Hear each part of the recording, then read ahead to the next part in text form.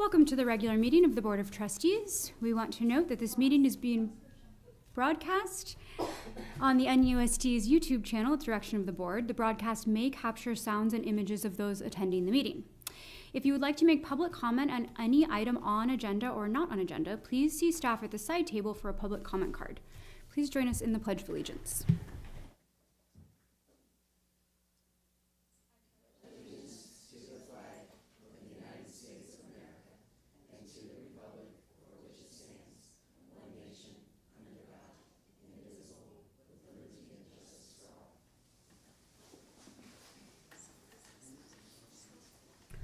Trustee Novato will now report on closed session. Good morning, good evening. The board met in closed session on the following items. Conference with legal counsel, settlement of pending litigation. On December 17, 2024, a majority of the board in closed session voted to approve a settlement agreement with the parent/guardian of student reference number 2024-25-2004, who asserted special education claims against the district. The board approved reimbursement for services in exchange for releases and waiver of claim against the district. Trustee Gayson made a motion to approve the settlement agreement. Trustee Mack seconded the motion. We will now have a roll call vote for this item. Trustee Butler. Aye. Trustee Gasson. Aye. Trustee Jacobson, aye. Trustee Novato. Aye. Trustee Mack. Aye. Trustee Millerick. Aye. Trustee Pickus. Aye. Thank you. Public employee discipline dismissal release, information only. Conference with labor negotiators, Francesca Whitcomb, Executive Director of Human Resources and Employees Organization, Novato Federation of Teachers, NFT, information only. Conference with labor negotiators, Francesca Whitcomb, Executive Director of Human Resources and Employees Organization, California School Employee Association, CSEA, information only. Thank you. Thank you. I'd like to now ask for an approval of tonight's agenda. I see Trustee Pickus with a first and Trustee Butler with a second. All those in favor? 7 plus 3 student board members. Thank you. Okay, we are now going to recognize the retirement of one of our board members. I'm quite sure that all of us would like to say something, and we have a few things for you, and we will start at that end of the table. How lucky for me. I am, I guess Magali and I are the newest members of our board here, and I have been so appreciative of not only the context you provided for me as I came onto this board. I think a sense of history is incredibly important when you sit at this table to understand what has come before. But you have been so generous with your time and your thoughts, just helping me navigate this role. We need people on this board who can kind of usher in new blood and new ideas and also just help preserve our sense of history. And you have just done a really amazing job in your work on this board and also for me personally, welcoming me here and helping me get settled. So I'm so grateful for your years of service and for what you have done to help me get to where I am. So best of luck to you as you move forward. Well, you're going to hear the same thing I said the other night, Ross. But some people haven't heard it. So if you don't mind, it has been. I really enjoyed serving with you quite a bit. When I first started, I was like, I had to figure you out a little bit. And then once you understands somebody's personality and just how they are, it's been a joy to work with you over the last 18 years. So thank you for that. 33 years ago, on December 3rd, 1991, you were sworn in as the newest trustee for Novato Unified Board of Education. You filled the vacant seat of Mabel Krogan. Joel Montero was the superintendent. Some of your fellow trustees were Jeff McAlpin, Jim Barrett, Carrie Mazzoni, Alan Harris, Virginia Schultz, and Lori Stephen Piper. And as I said before, I think you were stepping onto a great board with those other 6 members. And over the course of the 33 years, you've served with 7 superintendents, 29 trustees. Cindy Clinton was the longest serving other trustee that served with you. She served 20 years with you. You governed more than 800 board meetings. You sat at this table. Thousands of hours of sitting and just making important, decisions that were for the students of Novato. You're a continuous learner, always curious, and always the first to raise your hand to ask questions and provide your perspective to the topic at hand. You're proficient in all things technology, which has helped the board to make sound decisions for our district. Thank you for that. I counted on that whenever there was a technology decision. Our facility conversations were enriched with your knowledge of each school's footprint, how old something was, or what pipe or wiring ran through it, in it or around it. You knew exactly what was there. You always highlighted the opportunities for our students at the College of Marin IVC campus and how important that partnership was. And I know you're going to continue that work, as I said before. So over the course of the 33 years of educational landscape has changed quite a bit, but your decision-making has been laser focused on what is best for all students in our community. You've been a part of so much of the growth of NUSD, so thank you. So my turn. So Ross, the serious bit first. It is going to be very odd not having you sitting up here with us after tonight.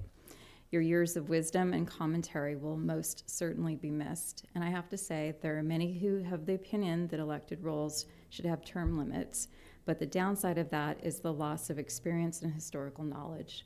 You have been the constant for 33 years, helping to make sure our district leads with purpose in the best interest of all students. While I know Debbie is already amazing with pulling documents and facts for our board, I do hope that you won't be a stranger and will reach out to help remind us of this district's history. So now for the more fun bit. I don't know if you recall, but when I first joined the board, I used to bake for the closed sessions. On one occasion, I didn't have time, and it was around Easter, so I decided I would put a plate of candy together with my kids. They wanted to include a peep, but I said no one was gonna take it. So I came home, and they stared at the plate and said, "Who ate the peep?" I said, "Ross." But they didn't know the rest of the board yet. And so we turned the TV on so I could show them who I was working with and point to you specifically. So now, whenever they see you, they identify you as the cool guy who ate the peep. So as you leave us today, I'd like to say it has been a privilege serving with you.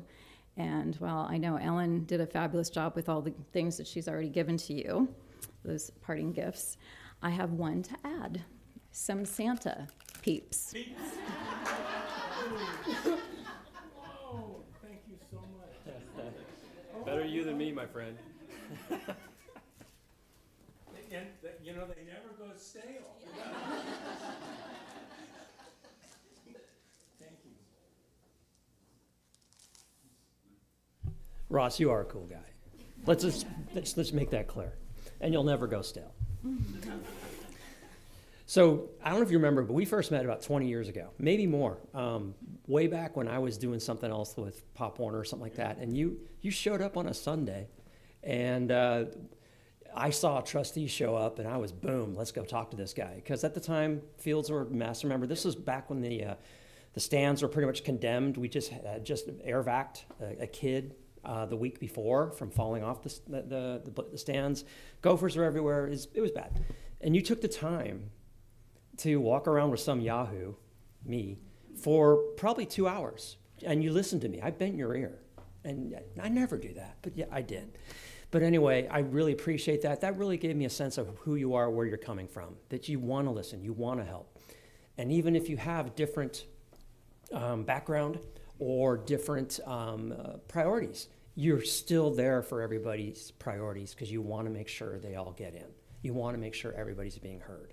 And since that time, you and I have had a lot of conversations, and we are very much on the same page on a lot of equity issues, all equity issues, really. And I want to just really reiterate your commitment to equity because I know it's there. And I really appreciate that. And you've been my sounding board quite often, and vice versa, I think, at times, to see, hey, are we on the same page for this? And we are. But since then, 9 years together, I think, put up signs, we did campaigns. I think I've heard the San Carlos property about 15 times. References to, selling a property we shouldn't have sold. Totally agree, lesson learned, but had to do it. San Ramon's condemned, probably heard that about 20 times. But in the end, you are kind of like a font of history. You know where all the bodies are buried. And that is important and has been important to us throughout. And now it's going to fall on rookies like me. And well, Debbie's not a rookie, but, we're going to have to, make up for that. But, we know where to find you. So, but we really appreciate all the history you have. And, as always, I think the meetings might be a little shorter. The questions might be a little shorter, but that's okay because we got a lot done. And you think you can look to your time here on this board, you accomplished a great deal. I think number one on the technology side, and we talked about this earlier in the week, we would not have the infrastructure we have now that is the best in the county, that is really, everybody wishes they had the same infrastructure we do. And that's because you had the vision to make it happen. You had the vision to cut a deal with Comcast. And now we have a full-on data center that's remote, that no one knows where it is. And, and we have dark fiber and all those things. So, and last but not least, of course, your whole emphasis on CTE, on providing an opportunity for our students beyond just the straight go to college route, but also to learn things that help them succeed in life, figure out how to push each kid's button. And I think you're totally committed to that, and that's what I really appreciate. So, good time with you, appreciate it, and don't be a stranger. I know you won't be. Thank you. Gosh, Ross, it's the end of an era. I probably met you like 10 years ago when you were running for re-election. So it's just been a joy to serve with you just because of your historical knowledge. Your stories from the 90s, early 2000s really paints a beautiful picture of where we are today. But one thing I will never forget is when I was thinking about running, I don't know how you got my number, but you called me. You called me and you're like, hey, I hear you're running, you want to run for the school board. How can I help you? And you sat with me that weekend to answer all my questions. Like, what does this budget look like? What is the timeline? And it was just, I will never forget that. So it's been an honor to serve with you. You've been a friend, a mentor, and I will be calling you when I have questions or need some guidance. So you can't get rid of me, but I will definitely miss seeing you every other Tuesday or at our, school site visits or some school event. But thank you for your leadership, and you've done a lot of good things for the city of Novato. Thank you. I'm also going to be on repeat as we had a lovely celebration of Ross's time with us last week, and I was lucky enough to get to speak to him there. I want to thank you for your leadership guidance. When I joined the board, you were the president, and I called you probably weekly and had questions and wanted to know how to navigate this system that was so different than the one I am accustomed to. And you were so generous with your time and your knowledge, and as you always are with everyone, and that's so appreciated. And it is really a testament of who you are as a person. And I gave this story at your party that sometimes Ross puts his foot in his mouth and says things that aren't always exactly what he means, but he sort of thinks out loud sometimes. And something I believe strongly and talk to my kids about is you are not who you are when everything's great. Who you really are is when things go awry a bit, and how you deal with those. And the times that I've seen you have any kind of misstep, which inevitably will happen over 33 years, you've been so willing and ready and excited to learn from those things and to grow and to just be a better version of yourself and a better representative of our schools and our children. And I appreciate that, and I'm inspired by that. And I think most importantly is everything comes back to kids for you. And you always are thinking about what is best, not for certain kids, not for groups of kids, but for all kids. And if we can all hold that and bring it with us along this journey, we will be better off. So thank you so much. I have this plaque for you, and I just want to read all of the committees that are listed here that you have been on. The Budget Advisory Committee, the Eco-Friendly Advisory Committee, the District Health Benefit Advisory Committee, the District Teacher Housing Committee, District Technology Advisory Committee, Independent Citizens Bond Oversight Committee, Parcel Tax Oversight Committee, and the School Fuel Foundation. So all of those have been ways that you've given back to this community as well as countless others, and we greatly appreciate you.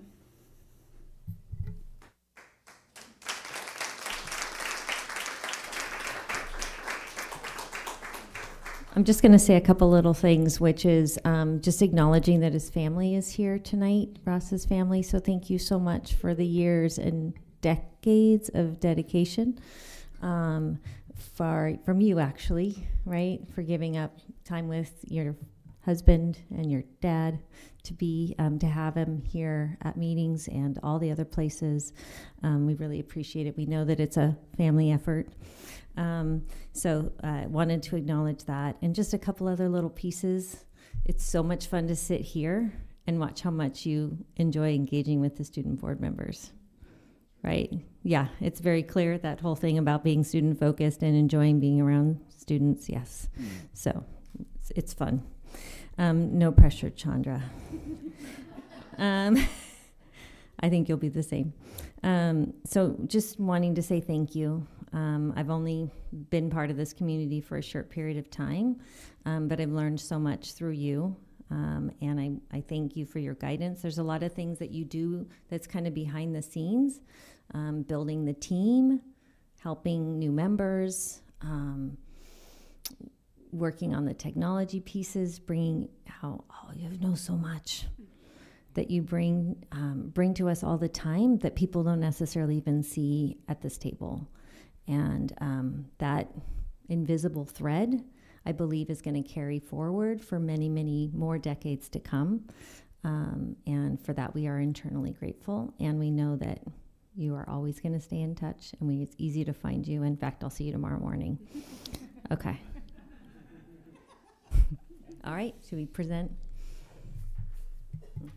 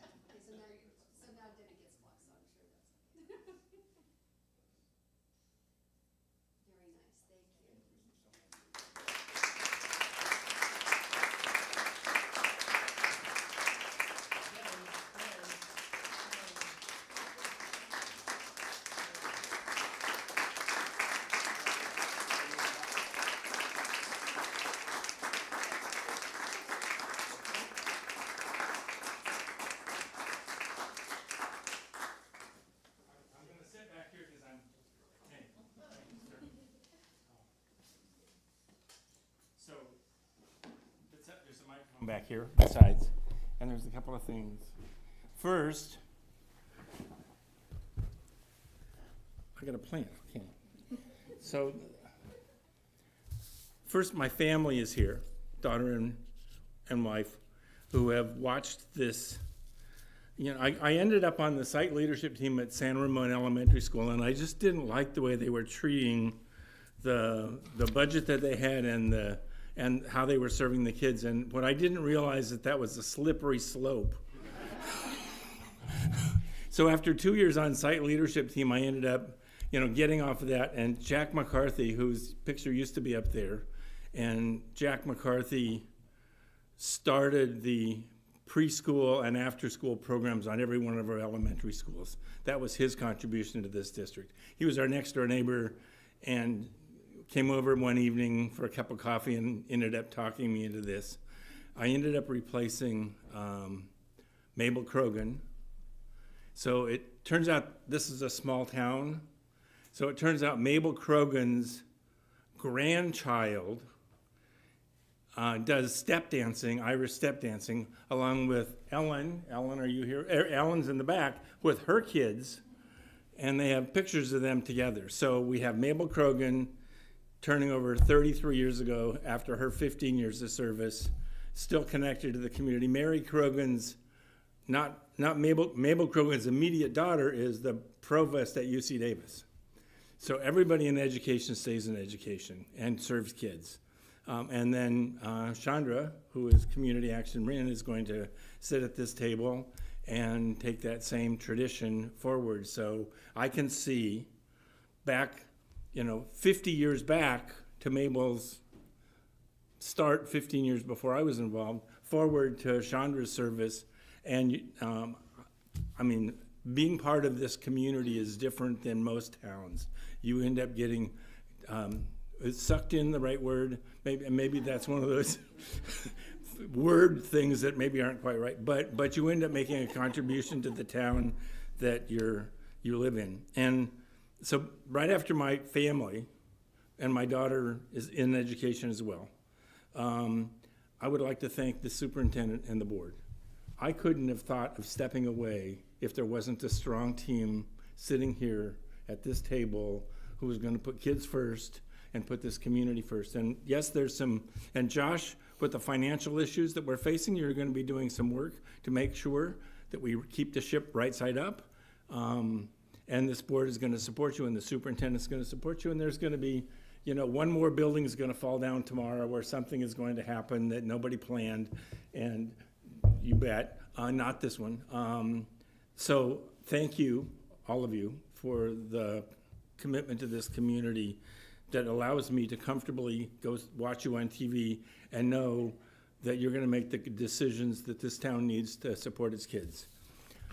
I have a few other people I'd like to acknowledge that paths that I've crossed. Ray Mayerell and Rudy Tisano. Rudy Tisano mentioned to me that he has received a paycheck from Novato for 54 years, which outstrips me by about 20. He was the principal at San Marin High School for years and a teacher there, and has stood up and served this district, and every time we need help, Rudy shows up, and he's been just gracious. And Ray Mayerell, a similar kind of commitment, not as many years, but committed. With those goes some really important people. Kess Early, who I first met as she was unpacking to teach health education. I can't imagine teaching health education to ninth graders. I just don't even know how that would work, but she's done it, and she's now a doctor of education. She's earned her doctorate and is leading one of our most important schools. Another key person is Eileen Smith, who led Loma Verde and has mentored many of the teachers in this district. I'd go over Saturday mornings and help her teach math to kids who were trying to learn English and mathematics at the same time using manipulatives. A significant leader. Margaret Hackinson, who my daughter first met, I think, when my daughter was a year old. Margaret Hackinson was like the second person we met when we moved to Novato. And as you know, Margaret has contributed to the Marin Oaks success story, working with KESA for decades. Somebody I acknowledged the other night, Fran Rosoff, who has been the leader in our bargaining unit, who is absolutely solid, kids first, teachers first, reminds us that this is a partnership in education. It isn't the board or the superintendent. It's the teacher standing in front of the students who are helping them see their path forward. Jan Derby, who began service within a month of the same time I began service as Director of Curriculum and Instruction, and has since served as our superintendent for 25 years, a long number, maybe 30, a long number. A few others, Ellen Christensen and Eileen Campos.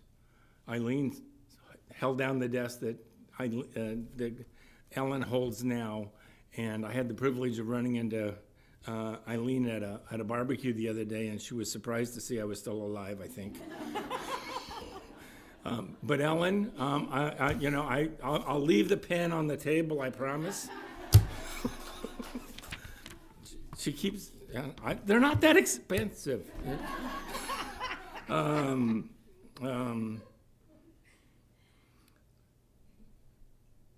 The other person I ran into was Libby Silvestri, who it turns out she and I won a dance contest when I first got in the district. She didn't think I could dance, but apparently everybody else, we did good. And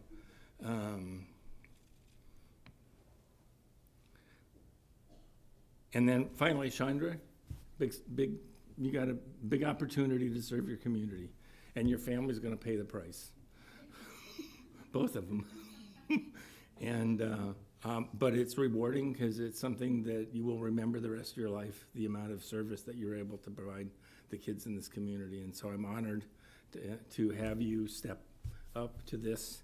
And then finally, I'm going to be trying to get College of Marin to reactivate Indian Valley College and the CTE program and more classes on CTE, so you don't have to take, instead of driving 5 minutes to College of Marin for your English class, you have to drive an hour and a half to Kentfield. That is not okay. So I will ask for you guys' help in helping get the college to understand how important that they want the tax base of Novato, but they have to provide the services here. And with the Novato Narrows opening, the commute time from between here and Kentfield is going to get larger. The world 20 years ago, when you can get to Indian Valley or Kentfield in 40 minutes or 30 minutes, just doesn't exist anymore. The traffic has changed the rules, and we need a campus in Novato that serves Novato's kids. So, to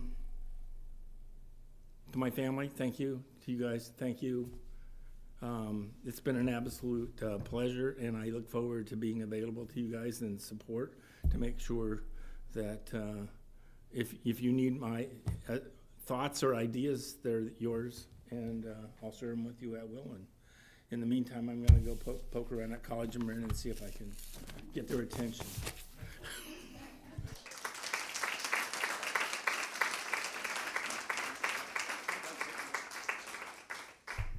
Okay, we're now going to take our oath of office for our new and existing re-elected board members, and then we will have a new person sitting there.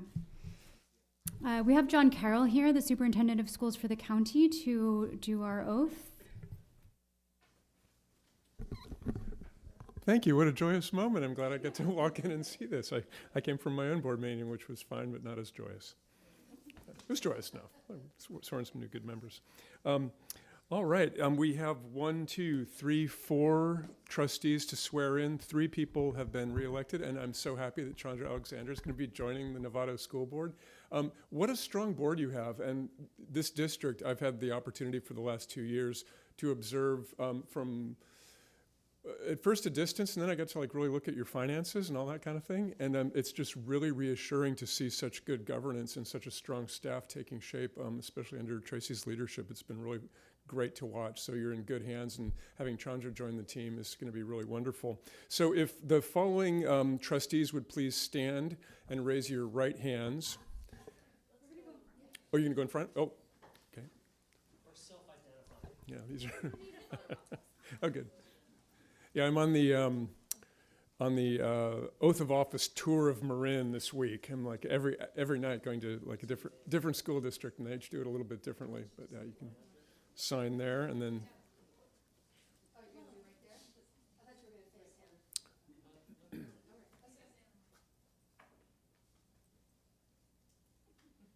Are we doing a picture? Well, no, I was going to have him talk. Yeah. I could do it from here without a microphone. All right. So, we have to have a microphone now. Yeah. Oh. Because it's being broadcast.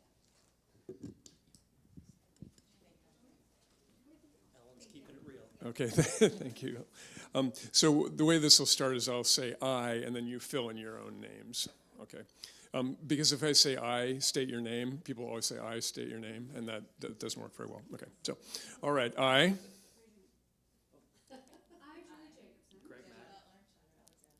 Do solemnly swear or affirm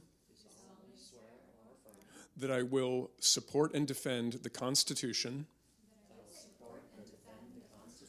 of the United States and the Constitution of the State of California against all enemies, foreign and domestic, and that I will bear true faith and allegiance to the Constitution of the United States and the Constitution of the State of California, that I take this obligation freely without any mental reservation or purpose of evasion, and that I will well and faithfully discharge the duties upon which I am about to enter. Congratulations, welcome back, and welcome, Chandra. And so good to see good people stepping up to do what can be very difficult work at times. So glad you're all going to continue being here, and welcome. Thanks.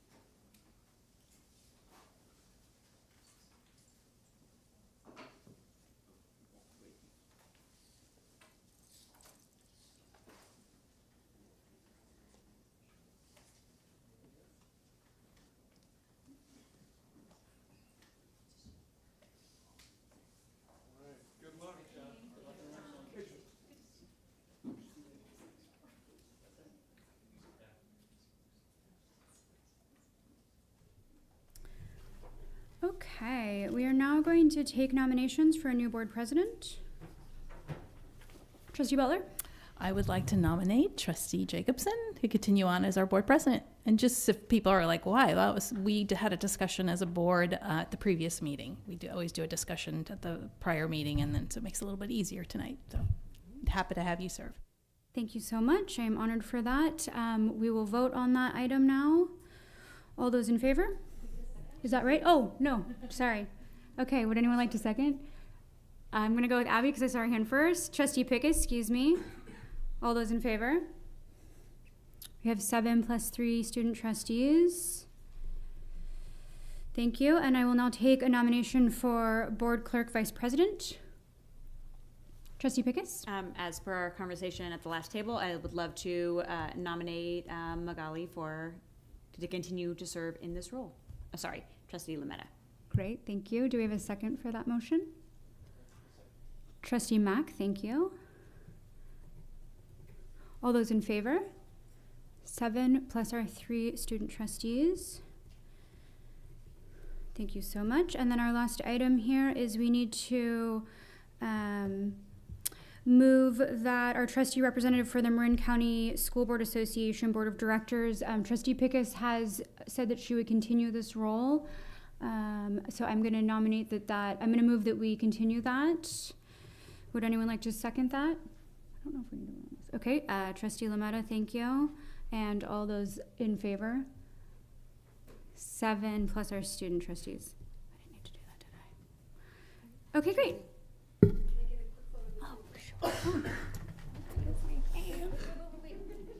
Gotta have your plants with you. That's Julia. Just one of them. We'll leave this one over here. Okay. Right now. Okay, now it's yours.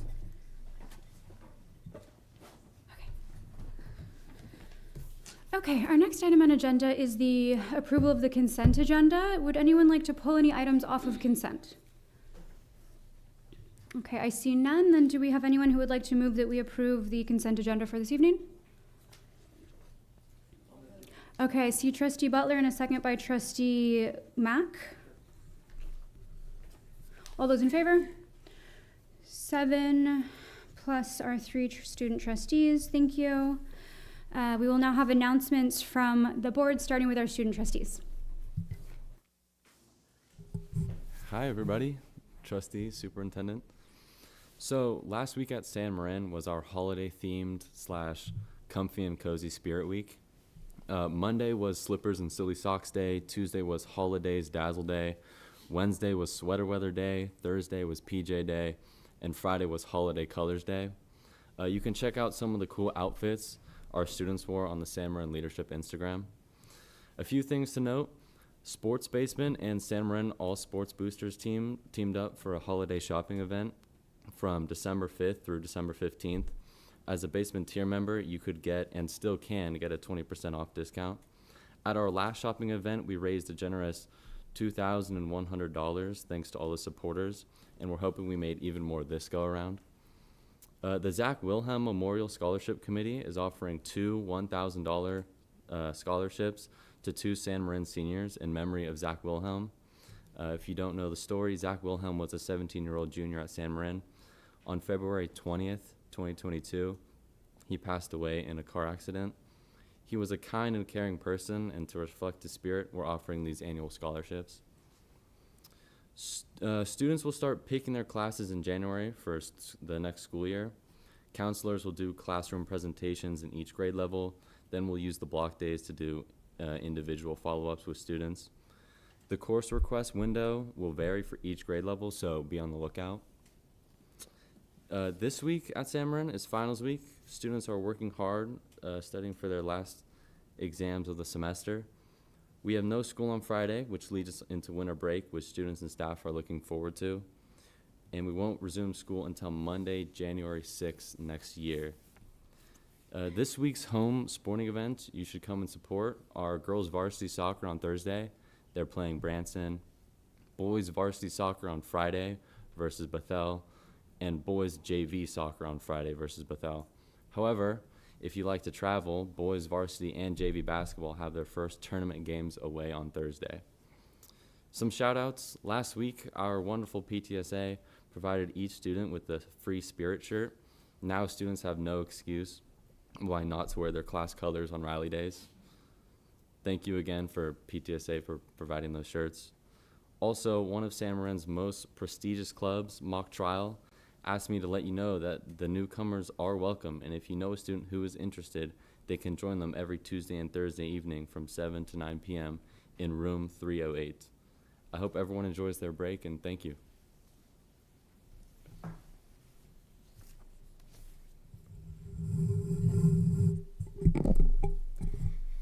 Alright, so I'm just gonna read the announcements for Marine Oaks. We're currently studying for finals, and we will take finals on Wednesday and Thursday of this week. As a holiday treat, we went on a field trip to the AMF bowling alley. It was a day of celebration, joy, and a little bit of healthy competition. 2 weeks ago, a group of students delivered holiday cards and candy canes to some of our neighbors. Anyone who was home received a short holiday song sang by a group of Marine Oaks students and staff. Hopefully, some or all of you received our holiday card this year. This was a fun experience for those of us that participated in it. We have a few students graduating on Thursday and some students returning to both Novato High and San Marin High School. Our counselor, Mrs. B, shared that this is the most students in the history of Marine Oaks that are returning in the spring semester. We will miss the students who are choosing to return. During this time of the year, the staff provides extra snacks and blankets to students who are cold and hungry. Some students are able to take these items home if needed. Thank you. Good evening, everyone, trustees, and Dr. Smith. I hope you're all doing well today. First, I want to acknowledge the power outage that we had this past weekend. I hope everyone was safe and was able to stay warm during that time. We're officially halfway through finals week, and of course, good luck to all of our high schoolers. We've got this. Now, a few exciting updates from MSA. This Thursday, we have our winter market and alumni soiree. It's a fantastic opportunity to check out and purchase some beautiful artwork created by our very own MSA artists. Plus, we'll have some incredible performances to enjoy as well, so be sure to come by and support our talented community. For our December staff gifts, our ASB class prepared hot cocoa for all our staff members as a sweet winter gift. I want to shout out our staff appreciation coordinator, Ava Lawrence, and her committee for organizing that. And last week we had a blast spreading some winter cheer across campus with our wintergrams. We made sure every single student received one, ensuring that everyone felt included and appreciated as we head into finals week. And lastly, our student athletes are continuing our games and tournaments over the break, so be sure to follow us on Instagram and NHS Athletics to stay in the loop with what's happening with that. And then I hope everyone has a restful and enjoyable winter break, and happy holidays.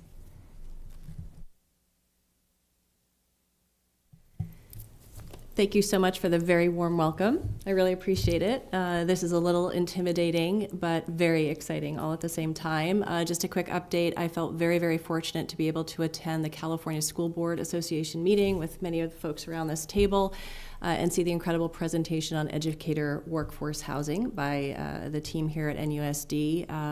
I am ready to go. Happy holidays. Glad to be here.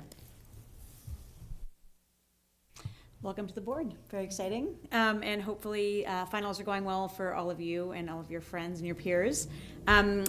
Just a brief overview of some of the things that I was able to learn about and hear more about at the conference last week.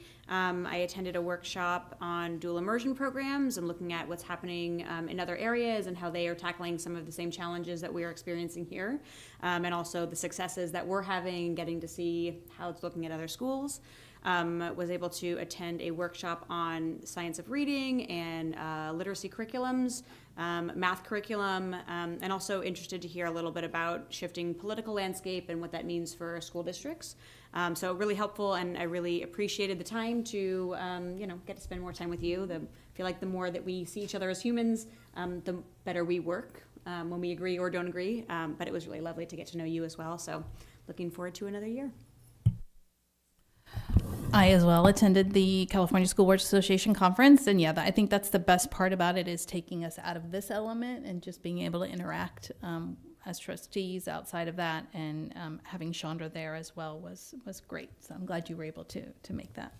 And I was able to attend similar workshops. One of the ones I kind of stuck to was AI, just to get myself educated on that and just see how that works within the schools and the district. The other thing I did since our last boarding was JLAC, Joint Legislative Action Committee. I attended that this last Wednesday. That's our lobbyist group, Ball Frost group, that keeps us informed of what's happening in Sacramento. They gave us an update from the Legislative Analyst Office, what their prediction is of the next couple of years. We got an idea of that, which we kind of already know, but it just helps us to keep us informed. West Ed is doing a career tech master plan, and that's going to be due out pretty soon. So we're thinking that might be part of the information from that master plan, and the recommendations might be in the governor's budget, some of that.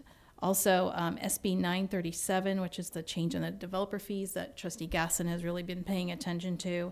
A group of 3, a superintendent here in the county and 2 board members put together a paper. I don't know if a full-on paper to be able to give more information of why we're not, the developer fees, they're actually trying to move them to have us to get the developer fees after the building or things are built instead of getting them up front, which does not help us. So I guess a full paper was done on explaining the cons of it, I guess you could say. So, and there was a bunch of other information that came out of GLAC as well, but that was one of the highlights. I also was able to do a site visit at Novato High, and also Modeling the Way. We were able to honor 3 individuals that work in our district. One of the nice ones was going out to the transportation department and honoring a bus driver. So that was the highlight.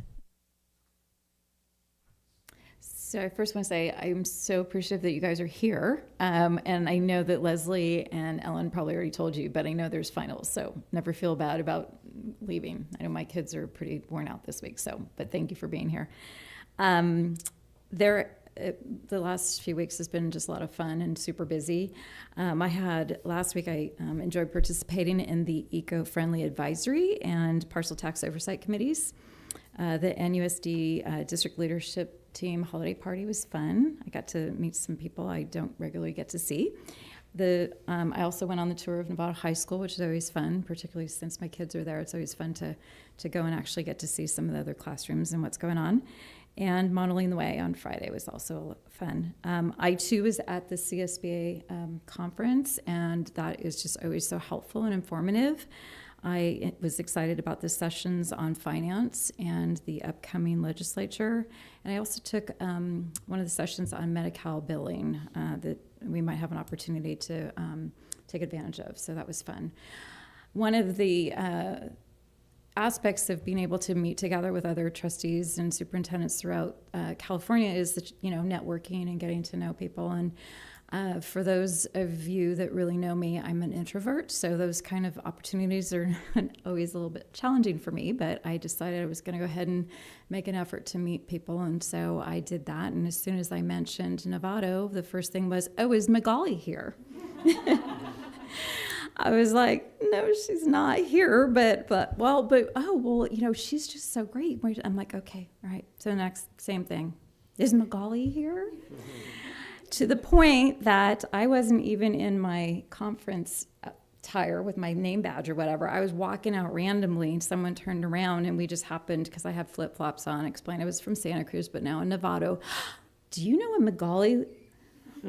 I'm like, yes. She's with Novato Unified. Yes, I know Magali. So you were very much missed. I was probably... yeah. Nobody probably remembers me, but sorry that you weren't able to make it, but you totally had better thing to be at. So anyway, next year. So and looking forward to the break. So happy holidays. Keep it quick. I want to thank the team at Novato High for hosting the three of us, I think, along with Tracy. Great visit, and it's always good to visit Novato High and our other campuses, so really appreciate that. Otherwise, just want to welcome Chandra. Thank you for joining the board. Thank you for stepping up. And thank you, student trustees, for doing your job. But most importantly, happy holidays, everybody. Thanks.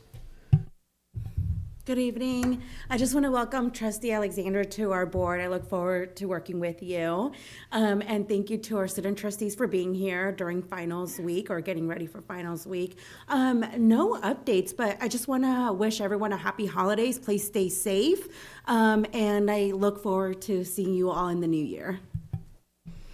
I also participated in JLAC, Modeling the Way. My highlight from the CSBA conference was AI conversations and getting to present on workforce housing. I hope that we as a district will continue to be on the forefront of things, which is something we've done historically, and right now that is AI. And so I hope everyone has seen the survey that went out about what your relationship is with AI as parents and teachers in our district.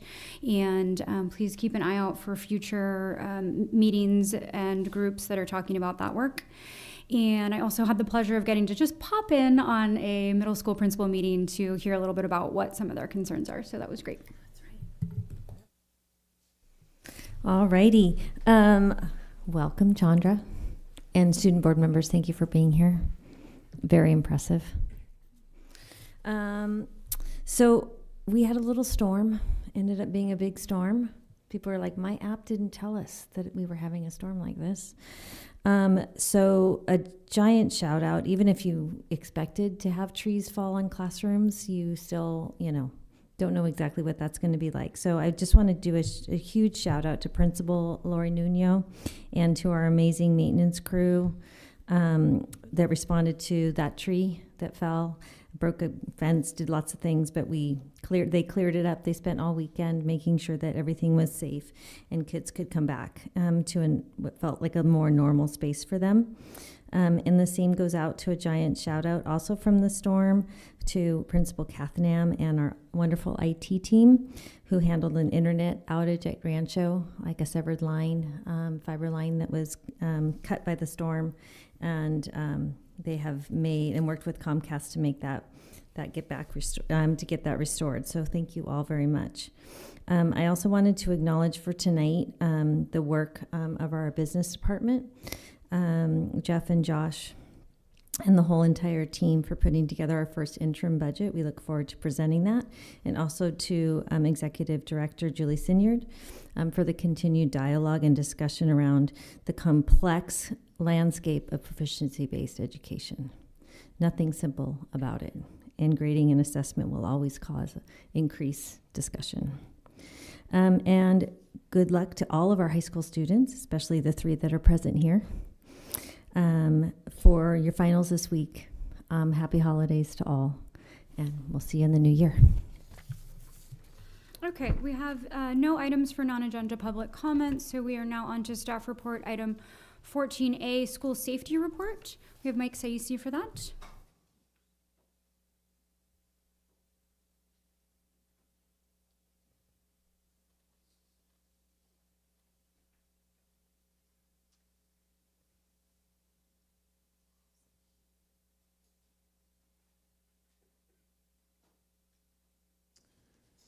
All right, good evening, student board members, trustees, and Dr. Smith. I come to you tonight to give you some updates since my last staff report back in September, when I talked about safety items that we've been working on since the beginning of this year.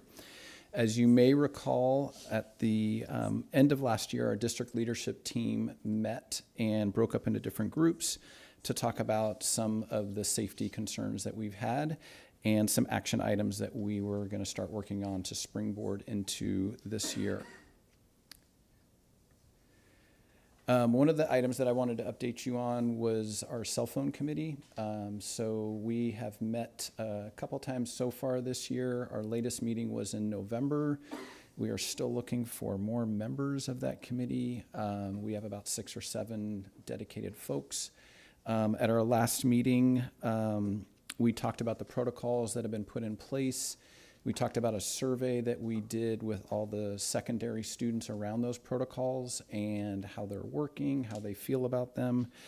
And then we looked, we were going to be looking to get more input from neighboring districts on their cell phone protocols that they've put in place and if they've adopted any new board policies. Our next meeting is on January 16th.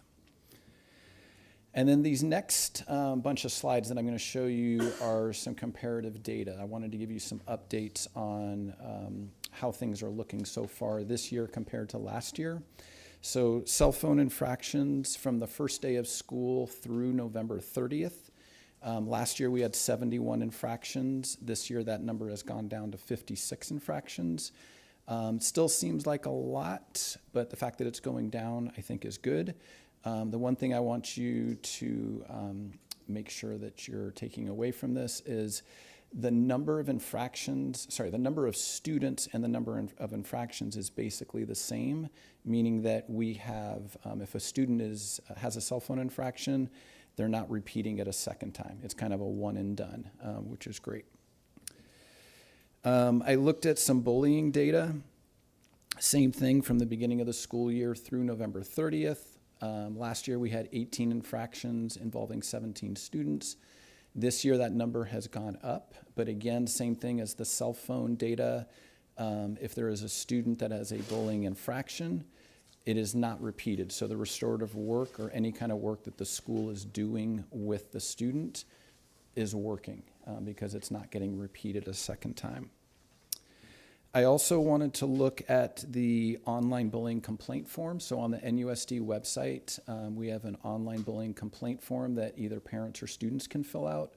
Those forms come to myself and then they go to the administrator of the school.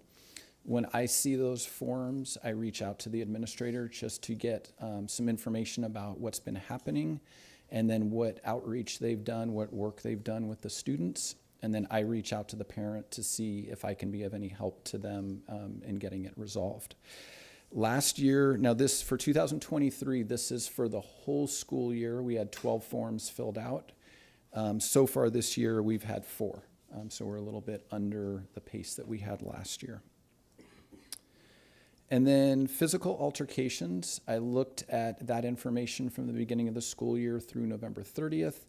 These are not incidents that have happened. These are the number of students that have been in physical altercations. Last year, we had 38 students by the end of November that were involved in some kind of physical altercation. This year, we've only had 16, so that number is significantly dropped. I also looked at lower level altercations, so verbal altercations that maybe escalated to some students pushing each other, but not going any further. Last year, we had 36 students through November that were involved, and this year we have 22. So that number has gone down as well. Oops. And then hate speech. I know the last time I presented, I explained a lot of the work that we've done around hate speech and the protocols that we put in place at the elementary, middle, and high schools. So far this year, we've had 41 incidents. And then I really wanted to do a deeper dive into, of those 41 incidents, how many of those incidents have been actually targeting another student. And of those 41, 6 have targeted another student. The other ones are more saying inappropriate words, hate speech type words, but not directing it at a specific student. And then one of the other things that we concentrated on at the end of last year, springboarding into this year, is parent volunteers. The elementary schools do a really good job of getting volunteers to come in to help with supervision, especially at lunchtime. The middle schools have done some outreach with that, and I reached out to San Jose and Sinaloa. San Jose has 4 parents that have been interested in volunteering at lunchtime, and I know Sinaloa has had 3 to 5 parents that have consistently been showing up either at break or lunchtime to help with supervision. It doesn't seem like a lot, but for somebody that was at the middle school level, just having 1 extra person is huge on a middle school campus. Dress code, not much to update on this, just a reminder that second semester we're going to put together a dress code committee of student, staff, parents, and administrators to look at board policy and to make any recommendations on any changes for the dress code. And then social media, we have the Vigilant Parent Initiative that we already held 1 session last semester. We have 2 more coming up, 1 in February, 1 in April. And just a reminder, that is our school resource officer runs the parent workshop and walks parents through all the social media apps like Snapchat, Discord, Roblox, Instagram, and TikTok. And has the parents work on iPads to navigate those apps, to show them what their kids are doing, and then to set parental controls as well. And then the discipline matrix, I believe we are at the point now to pilot this in the spring semester. I have worked with the administrators around a 1-pager of our 65-page board-approved document that they can use when a student has an ed code violation. Originally, when I introduced that to you, that was a 1-page document, kind of one size fits all for all grade levels. But as we dove deeper into it, we talked about dividing that up into elementary, having one for TK through 2nd grade, and then one through 3rd through 5th grade, and then one for 6th through 12th grade. And then I think you have a copy of one of these where you are. But just a reminder that if a student violates an ed code, what an administrator would do is they would look at this 1-pager, and for example, bullying for TK through 2nd grade, they would go to the first open square, the first white square, and that's where they would start with progressive interventions, discipline, whatever. So for example, for bullying, they would do restorative practices, level 1 restorative practices, and they could have a menu of options that they could choose from to work with that student. If the student had another infraction, the same student had another infraction with bullying, then the administrator would go to the next square, which would be restorative practices, different number of options that they could choose from. So we're excited about piloting that in the 2nd semester. And that is it, unless if there are any questions. So mentioned the cell phone committee. that you're looking for? Who are you wanting to, or who's? We are looking for definitely students. We only have one student member right now. Okay. So if we have some more students, that would be great. Secondary level would be great. And then we have quite a few parents. So we're trying to get some administrators Okay. to be on there as well. Okay, because I wasn't Yeah. aware, and I thought I can spread the word, and we have a PTA thing coming up, I Great. think, actually tomorrow maybe. Okay, and then just appreciate, I like how it's evolving, the one-sheeter, and I think that was a good idea to break them out, just to make it easier. And also just as, parents, I think it's important to understand that there are steps that we take through, depending on what's happening at the school site, so thank you. Yeah, just to kind of mirror that, I really appreciate the breakdown and kind of the deeper dive. There's a lot of like narrative around like there's all these fights or like, whatever is happening at the time. It feels like this sort of amorphous thing. But seeing numbers is really helpful. And I appreciate you kind of looking deeper into some of the pieces, the physical altercations. In terms of the cell phone policy, the drop in infractions, do you have a sense that is due, or are we is it more follow-up on our end that's leading to these particular drops? Because cell phones are obviously a hot topic and something we're looking at right now. Are there certain things that we have been doing in the past year where you're like, yes, those are the things that are working, or is it just sort of where we're at right now? I think at the high school level, I know that they go into the classrooms, they put it into the little pocket, and the kids don't have them with them to be tempted to be able to use them. I think that has helped. I know at the middle school level that they have done a lot of work around educating the students on, you just can't have them. You just can't have them out. And not to say, you saw with the data, it hasn't been perfect, but it's, I think it's working as far as the progressive discipline that they're doing. Great. Really appreciate it. This is really helpful, and I appreciate how seriously you're taking all these different pieces.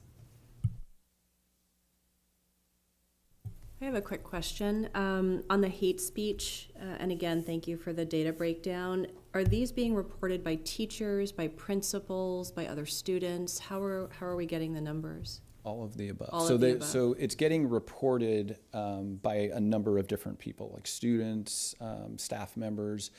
The reporting of it, as far as I think it was 41 incidents that we had, that's done by administrators. Administrators are the ones that are documenting it in Aries, and then we have a Google form that we use just to get a little bit more detail on each individual incident. Thank you. Thank you so much for your presentation. Quick question, how do parents know about the online form about bullying? How are we promoting that survey link? I think that's an area where we could improve Okay. because I'm not exactly sure that we do a lot of that. Okay. But I do know that when the calls come into the district office around bullying, that's where we steer them, is to fill out the online complaint form. Yeah. And when I talk with administrators as well. Oh, awesome. Yeah. Yeah, it would be really great if principals, update, mention it in their newsletters, or because I think it's just really important. Yeah. And so thank you for that. And we don't, like you saw, we don't get a lot of them, but we can definitely do a better job of that. Perfect. Thank you. Thanks, Mike. I like the discipline matrix. Looks better from when we last saw it. Oh, did we decide that this is going to continue to come back every year or twice a year or something? This report is going to be a norm, right? Okay. Also, I think it's just constant reminders. I've seen the middle schools in their weekly e-blasts, reminding parents and students, your smartwatch. I'm seeing a lot of these. So I think we have to be very vigilant about that and continue. So thank you to the principals who are doing that, to keep doing it. Don't let up on that. I think the constant reminders are needed, and reminding them what policies we have in place. So thank you very much. Okay, I have a couple things. So from a parent perspective, I know that there's a lot of volunteer opportunities in elementary, and once your kids get to middle school, it's not quite the same. And so I just want to highlight that volunteering at lunchtime at the middle schools is a great way to kind of stay involved a little bit. It isn't the greatest time for all people in their jobs, but if it is something you can make work, it's a great place to plug in. I'm wondering if our student trustees would maybe spread the word about the cell phone policy committee that needs student representation.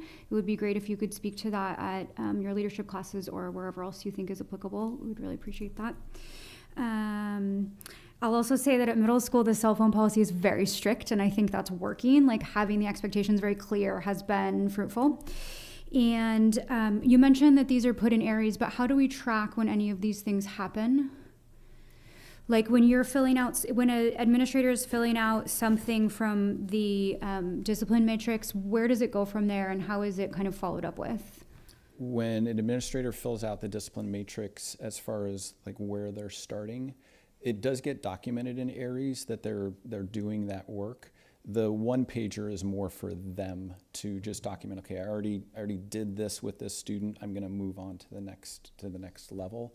But in Aries, it's an entry into Aries that we did that particular intervention or discipline with that student. Okay, so the same person on any given campus is the person that, say, a teacher would go to if there's an issue, and then they're referencing back their own version of this. Okay, Yeah. great, thank you.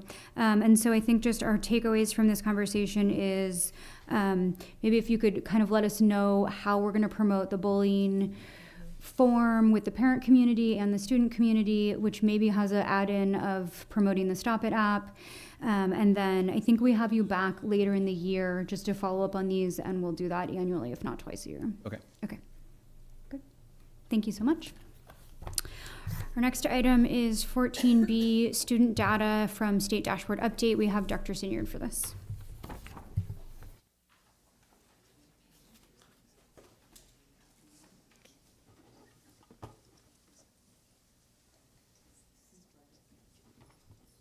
Sorry, Trustee Jacobson, sorry, just one last, I was like, what's your name? The bullying form online, I was just looking it up. It's only in English, and I don't know if the entire website translates to Spanish for Spanish speakers or if individual pages. It does? Okay, great. Okay. Good evening, everyone. Good evening, Board of Trustees. Good evening, student representatives, Dr. Smith. Tonight, I have the privilege of sharing some information from our state dashboard. And we're going to do a little overview of the dashboard this evening, kind of look at our data from last year, and talk about some of the next steps that we will implement moving forward. What is the California dashboard? The dashboard is basically our metrics on a number of different priorities. I will explain those priorities in a second, and how they are all classified by color with specific scoring to show student progress and district progress and site progress. There's basically 8 priority areas that are reviewed on the California dashboard. One is basic services. It's looking at our school facilities. It's looking at instructional materials. It is looking at teacher misassignments. The dashboard talks about how we're implementing our state standards, how we are engaging with our parent and family community, student achievement, and that's the scores, our students' school test scores, student engagement, looking at our attendance and discipline issues, the school climate, which we get from our survey data, and kind of what's our access to a broad course of study. Are we offering a broad opportunity for students to engage in a lot of different lessons and classes, and how the kiddos are doing in those courses. We also have what's called state and local indicators. The state indicators that are reported, and the state kind of does all the tallying for us and gives us this information. It talks about our academic performance, and those are our CAST scores, and CAST scores, that's just all the kind of testing data. Talks about our English learner progress and how our students who are learning English are progressing on the LPAC examination, which is the English Language Proficiency Examination. We look at chronic absenteeism. We heard a lot about chronic absenteeism last year. It discusses our graduation rate. They look at 4- and 5-year cohorts of students moving forward, and whether or not they met graduation status. Again, we look at our suspension rates and discipline, and our college and career readiness. And then we have our local indicators. Oops, sorry, I went a little too fast here. And our local indicators include, kind of, again, the basic conditions of learning, the implementation of the state academic standards, and those are measured by how we feel like we are implementing the state standards. Parent involvement and family engagement, and thank you to everyone who always completes all the surveys that we send out. Our school climate, again, more survey data, so appreciative. Access to a broad course of study, and the outcomes in those broad courses of study. And with the local indicators, when we're doing the dashboard, we report on those indicators. And so those are the actual local indicators that we fill out and are added to the dashboard. And this is kind of what the overall status looks like on the dashboard. So you're given a color.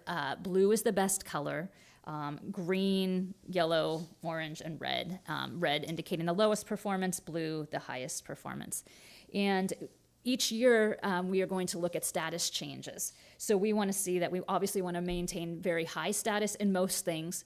We don't want high suspension rates and we don't want high chronic absenteeism, but we want the blues and greens in most colors. And we go points back and forth to see how we are progressing. And this is kind of, it's a little bit hard to see, but this is the 2024 dashboard for Novato Unified. And we're talking about just want to celebrate significantly the chronic absenteeism piece. Again, huge shout out to our DCAN teams, Decreasing Chronic Absenteeism Network. Our staff at the elementary and middle school levels worked tirelessly last year to increase attendance. And it's fun when you talk to meetings, families are like, please, another notification, but it worked. And so thank you. Our chronic absenteeism rate declined 9.4%. That's huge. Our suspension rate is good. It's still at green. We want it blue, obviously, but we've maintained that decline 0.4%. We did have a bit of a decline in our English learner progress. And so these are the number of students who are showing growth on the LPAC, the English Language Proficiency Examination. We declined a bit there. Our most significant decline, and what we're digging into right now, was our graduation rate. That was a significant decline, 3.3%. And so kind of looking through our kiddos who did not meet graduation status, what was happening, what was going on there. Again, looking line by each individual child, what is kind of new to us was the number of newcomers that came in 11th and 12th grade that did not maintain or that did not make graduation status.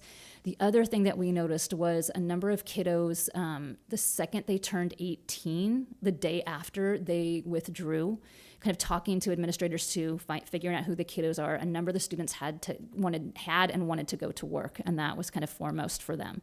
So again, as we kind of look to our partnership with College of Marin, how are we best supporting our kiddos who are coming in at 10th, 11th, 12th grade and catching kiddos up? And so that's going to be a big focus for us. Our college and career readiness indicator, these are students who are meeting the A through G requirements, that are completing CTE courses, all of those items. We are in the green status. Obviously, we want to continue that and move to the blue, but we have 58.7% of our kiddos that are maintaining college and career status. We have our English language arts and our mathematics. Again, not what we want to be celebrating. We definitely need to move those to the green and blue status, and that's our continued work. And then the other blue indicators that you see, these are kind of the local indicators that we report on. And as long as you report on those, they are met. So as long as we continue to actually do the work, you put that in, you get to meet those. Again, here's kind of the overall view. I apologize. Again, these are a little tough to see. But again, some of the information that you can see that I explained earlier. The English learner progress, one of the new indicators now, one of the new calculations that's going into our English learner progress is the inclusion of what's considered an LTEL student. An LTEL is a long-term English language learner. So students who are not being redesignated by the 5th or 6th year that they are within our system are considered an LTEL. And we notify families if their children are at risk of being an LTEL. So this is something new that's counted in this indicator, and this is, I believe, the portion, a little bit of why we went down from last year. Definitely an area we continue to focus upon. And in the college and career indicator, what actually goes into calculating all of this is the number of students taking AP examinations, our A through G completion rate, students who are maintaining the A through G being eligible to enter a four-year university, the number of students who are completing a CTE pathway, students who are dually enrolled or taking college courses, students who are registered for the pre-apprenticeships, any kind of programs like that, the CASP, how students are doing on testing, if they're scoring met or exceeding standards, and anybody who is earning a seal of biliteracy, which is students demonstrating that they are bilingual and biliterate in another language, and work-based learning experiences. So this is, again, where we obviously want to continue to increase, but that's some of the information that goes into the college and career indicator. This year, we didn't receive a color, but this is the first year that they're reporting our CAST, our science tests scores. So right now, again, we want to do better in this. We are 11.7% points below standard. So this is an area of growth for us, and would like to have next year we will receive a color. We'll have 2 years of data. Again, congratulations on the chronic absenteeism. I've mentioned the concern about the graduation rate, and our suspension rate has changed. And so here is just kind of a quick little overview of the changes from last year to this year. I'll be quiet for just 1 second so you can take a look at this, where you can see whether if we maintained, if we declined. And again, remember the declining in the bottom two at chronic absenteeism suspension is a good thing. That's the only spots where we want to see decline. Otherwise, we want to see maintained or increased. All right. And then another yay, congratulations. Last year, we were targeted for differentiated assistance. That meant the district was working with Marin County Office of Education to focus on academic concerns and also our chronic absenteeism. It's a status. Think back in the day, they used program improvement schools. This is differentiated assistance, moved out of that with a less punitive lens, saying we're all in this together, we're working together to make sure we have better outcomes for kiddos. And congratulations to NUSD. We are no longer in differentiated assistance for the 2024 school year, which is huge. That's wonderful, good news, and shout out to all the staff and everybody who's worked tirelessly for that. Next steps as we continue with our work. We are continuing our current district initiatives, including, again, proficiency-based education, looking at our professional development, working to ensure that all of our students are doing better with the appropriate supports. We have our equity committee work, working to ensure that, again, we are improving outcomes for all students. More information will come to you. We have our mid-year February LCAP report, so we're going to work on that when we return from the winter holiday, and be ready to prepare that and show that to you in February.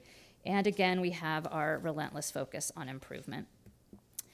And then kind of site level, sites are looking at their own, sites took their own information through all the dashboard. They're looking at their data, continuing with their data cycles.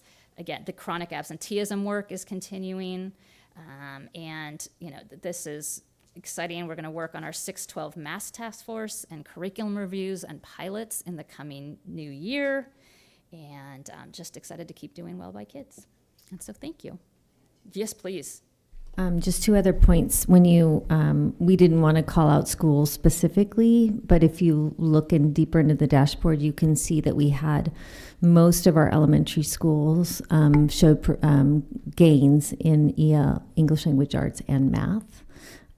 So the future is looking brighter, which is fantastic. And then the other piece was we also dug a little bit into data to see, okay, so these were the students who improved attendance and then correlated it with improved academics on their CASP test. So it was a tried and true, bona fide, our own data shows attendance matters. I'm sorry, I skipped right over my note on that one. I apologize. Sorry, excuse me. Thank you. Any questions? I do. And it was so helpful to hear you speak to these points because just cleared up a lot of, wondering what was going on. And actually, quite frankly, I just decided to wait till I was here to have you go over everything. And I know you mentioned this, but I still can't get my head around English learner progress. I mean, and there's always tools. Nothing's going to be perfect in analyzing or giving data. back to, how we can improve things, but I'm struggling with that in the sense that I know we have a lot more kids coming in that, and to your point, in a different way that, 11th or 12th, they come in with, some may not have ever been to school before. So how is it that this is determined? Is it determined, like if you take a percentage, I would imagine our grouping is getting bigger. And so is it following the same students when they come up with this number, or is it, how is that determined? Great question. No, and this is my least favorite slide when they explain this at the state level, like how they're doing the English language learner progress. Oh my goodness, it's jumping. Need 3 doctorates to figure this one out. It's basically changing status in the test, and so whether or not students are jumping levels. So it the number's not the concern. So whether students are coming to us at 11th or 12th grade, whether they've had schooling experiences or not, it's when they take that first test and then they measure the test the following year. And if they're showing that they're making growth and they're improving levels, that's one of the big things that goes into that. So it is assigning to the specific student that they're tracking. Yes. Okay. Yes. That helps a lot. Yes. Okay. And then again, so that's one of the biggest challenges. So when a student is entering, that's not a concern. And when the numbers get larger, that's not an issue either. So it's just how the kiddos are progressing on. Got it. Okay. That's helpful. And then the other piece is, like I said, the LTEL, which is now being considered. So when a student has been with us for more than 5-6 years and they're not being redesignated, they're not becoming English language proficient, that's something that we look internally and say, wait, we've had these kids. This isn't a student who's been with us or has kind of bounced from district to district. These are our kiddos. What steps are we missing? Right. That one's a little bit easier for me to follow. I'm familiar with that we're supposed to see part, but I was trying to figure out how this dial got, like if it was just globally, because I thought that's really hard and kind of arbitrary as we get more students that are coming in. So thank you. I appreciate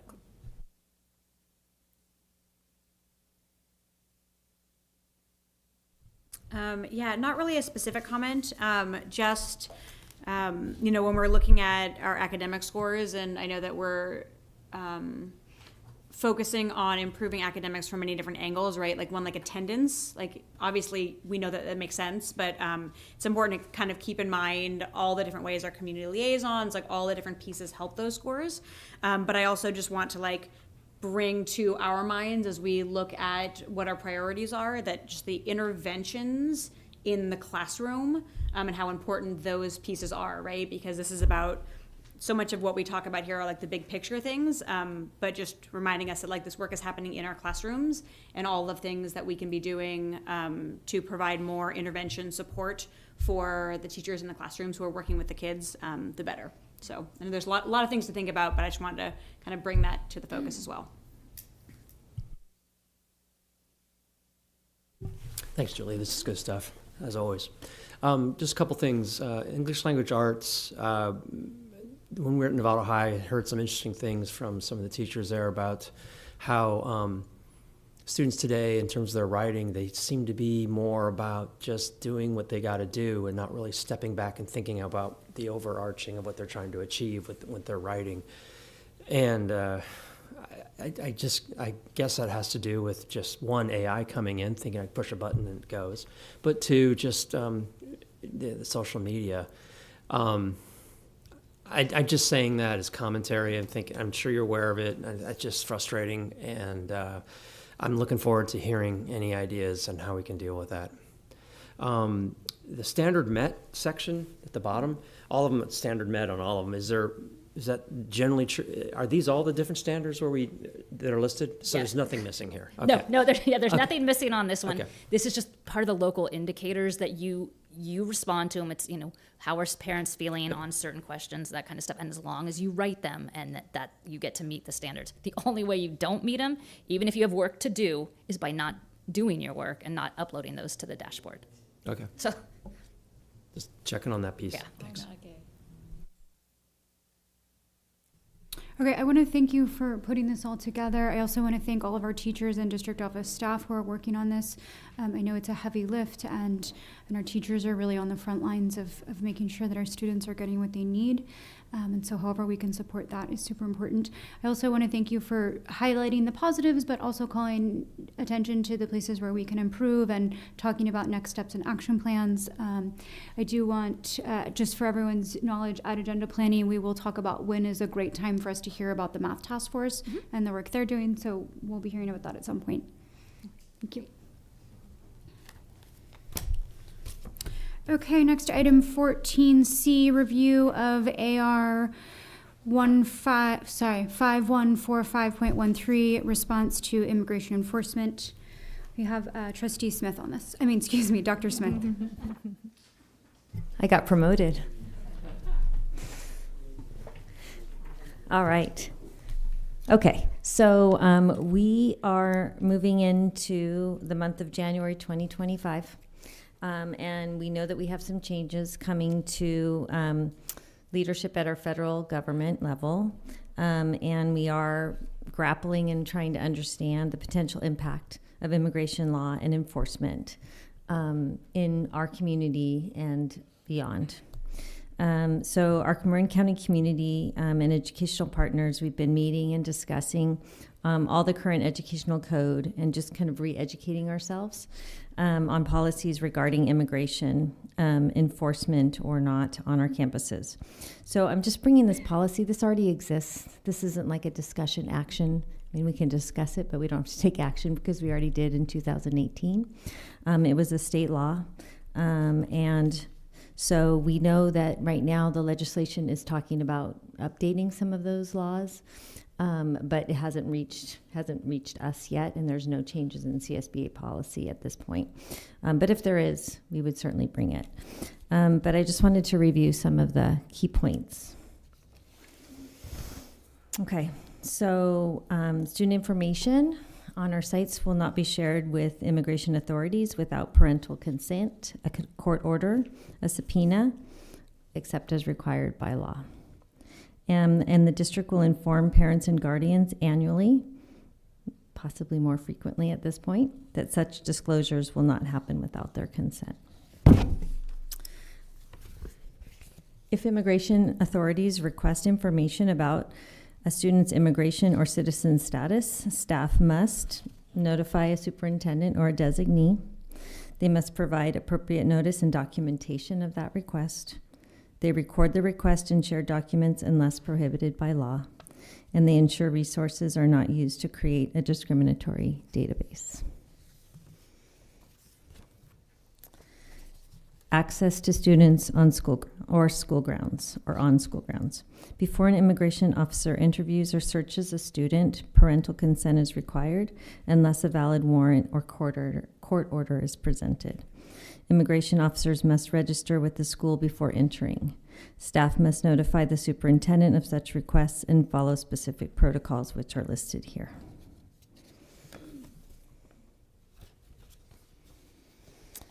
Schools are encouraging families to update any emergency contact information and ensure that they have a trusted guardian in case of detention or deportation. If a parent guardian is detained, the student will be released to the designated contact. So this is important, and we're working to communicate with our families on the importance of those emergency plans. That's true for all students. And schools must ensure that students still meet residency requirements. That means that they show that they live someplace. We cannot ask about any other status. We will be following up with our staff. So community liaisons, kind of front-facing staff, community liaisons, site leaders, and office managers will be training them at the beginning of January over all of these protocols and be as prepared as possible. Trustee Gasson. I think you kind of said what I was going to ask about is I know at the first of the year we have to do all the updates to our emergency contact and all that. Are we doing another push to make sure? Because I think the biggest thing when I've done the parent emergency days or whatever at the school site, that you don't realize the people that you put on as emergency contacts, how important it is, because you can't release your kids to, like I know Julie, and I don't mind her going and picking, Trustee Jacobson, picking up my kid, and I'll say, just go pick them up, but they're pretty strict on who's allowed to come. So I think just maybe communication out like mid-year is a great time. Just renew, make sure that the people that you have on those contact cards are somebody that you're still speaking to and that you actually want to have come pick up your kid. So Our sites are already working towards that, but we will continue to push that piece and that communication out. Just to say, I like that we've joined as a county, that we're all working together, that no matter who shows up at our doorstep, every school will have the same response. And I think that's one of the things we do well when it comes to this. The county comes together. So thank you. Okay, thank you so much. Our next item is 15A, the approval of the 24-25 first interim budget report by Mr. Braff. Yeah, thank you.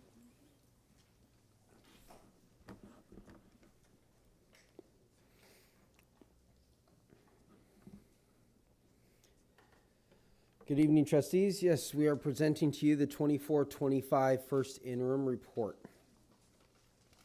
And so the overview of the first interim is that the first interim is due by December 15th. Today's not December 15th, but we did turn this in on time to the county office. That's who it's due to. So the Marin County Office of Education receives this by December 15th. They have to send it off to the CDE by January 15th. We are allowed to get our board approval after that date, as long as reasonable, which 2 days is reasonable. The board is asked to vote to accept the certification status of this report. There are 3 possible certification statuses, that is positive, qualified, or negative. A negative means that you are not able to meet your 3% reserve by the end of this year or the next year. The qualified status means you're not able to make that 3% in the 3rd year. And a positive means you are able to in all 3 years. We are presenting this interim budget as positive, which means we are able to meet our financial obligations for all 3 years that this interim report covers.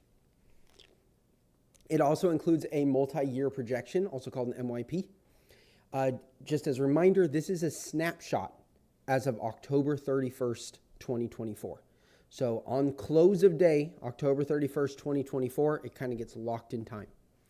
While we do make some adjustments in November, as of things that we know are happening, anything that might have happened in December, one thing that I will point out is the LAO just recently released their projections for the COLA for out years. That is not included because that came in December.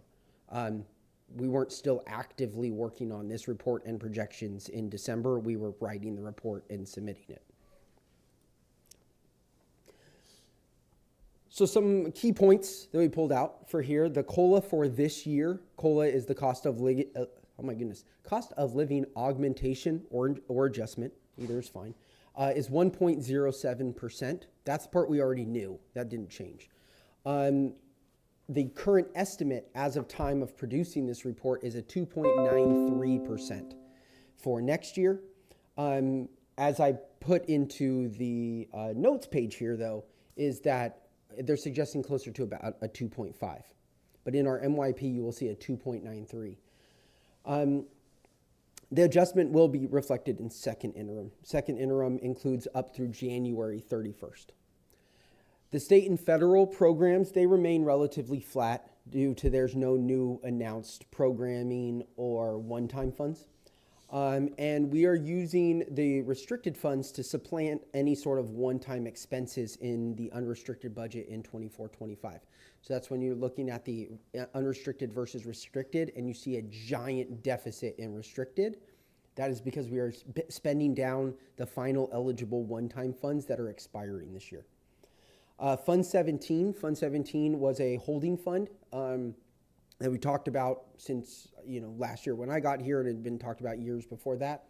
We are transferring that. You can't actually put expenses in Fund 17.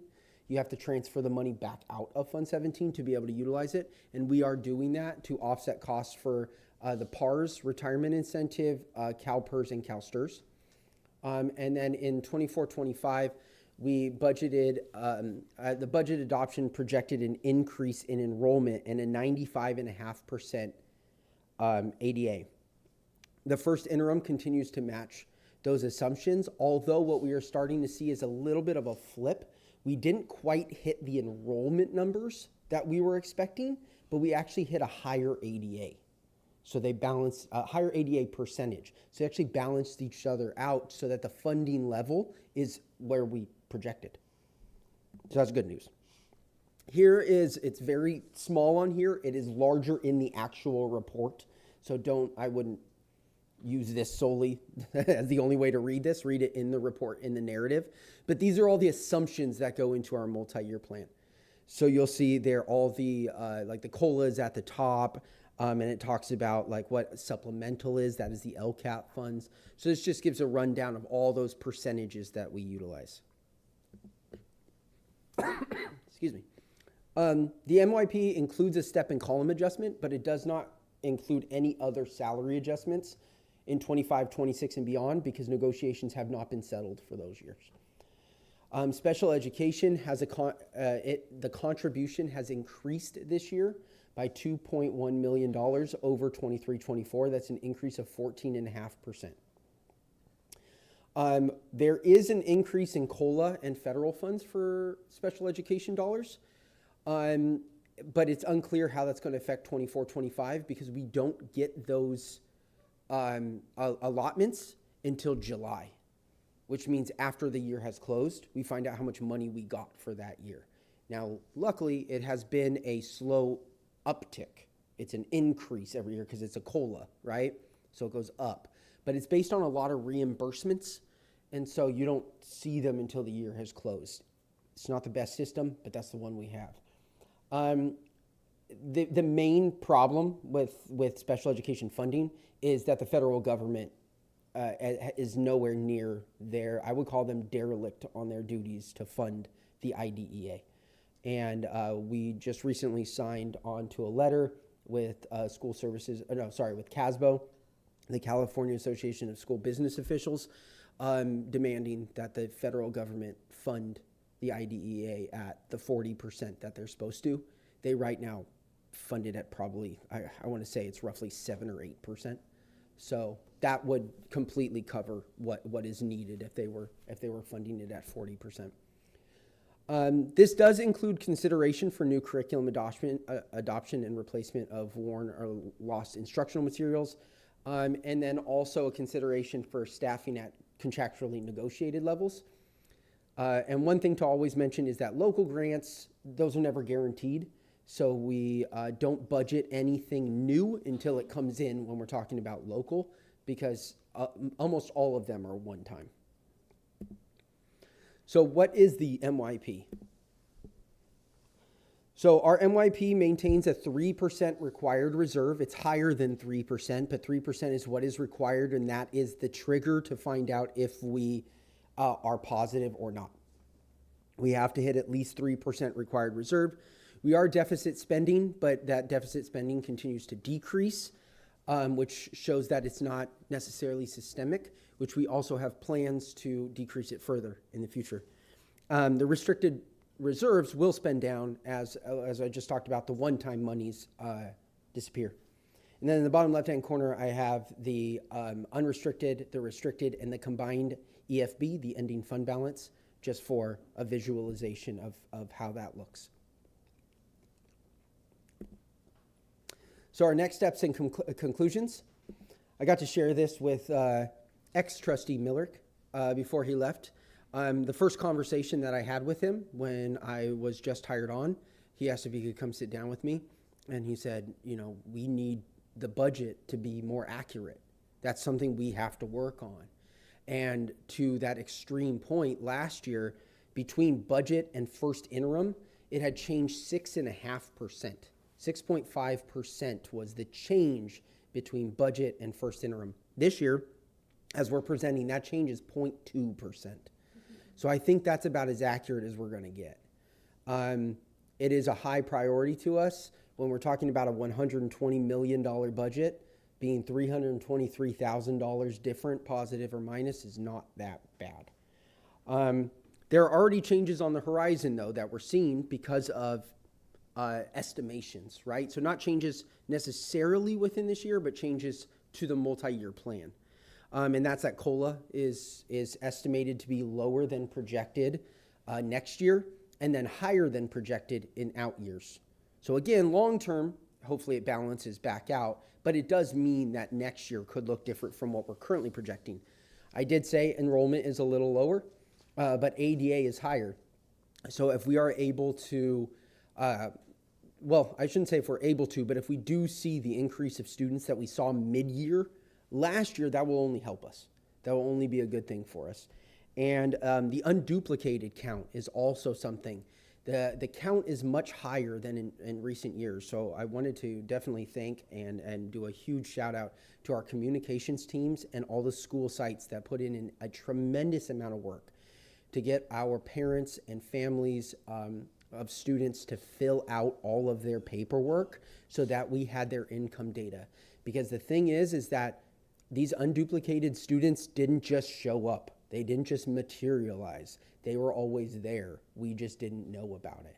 And so now we've captured that data, and that is a large increase to funding that we are able to capture, because a lot of times the unduplicated student count is a multiplying factor on the amount of money that we receive from the state. So that is a great thing, because those students exist, those families exist.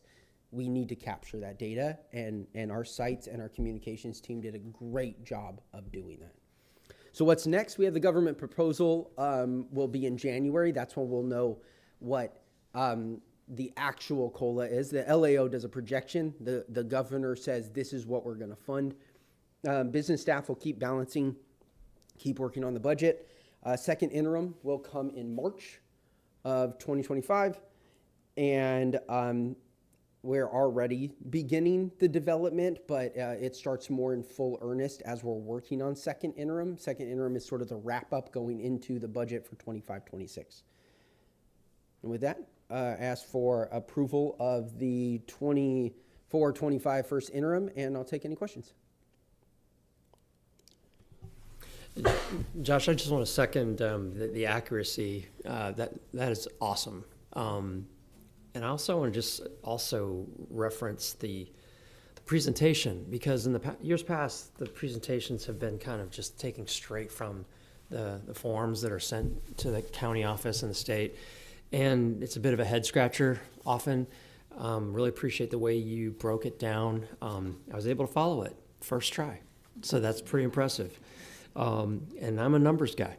So, but the last point you make about unduplicated count, can you articulate just how close we are to maybe getting to that threshold where we get those kickers on the LCAP, LCFF? Yeah, I'll talk about two things real quick, because Okay. there's an interesting piece of that as well. So we have historically been around 30 to 35%, somewhere in there, bounce around. We'll say 33, split the difference, right? We just turned in close to 50% this time around. So we were in the high 40s. So that, number one, huge, right?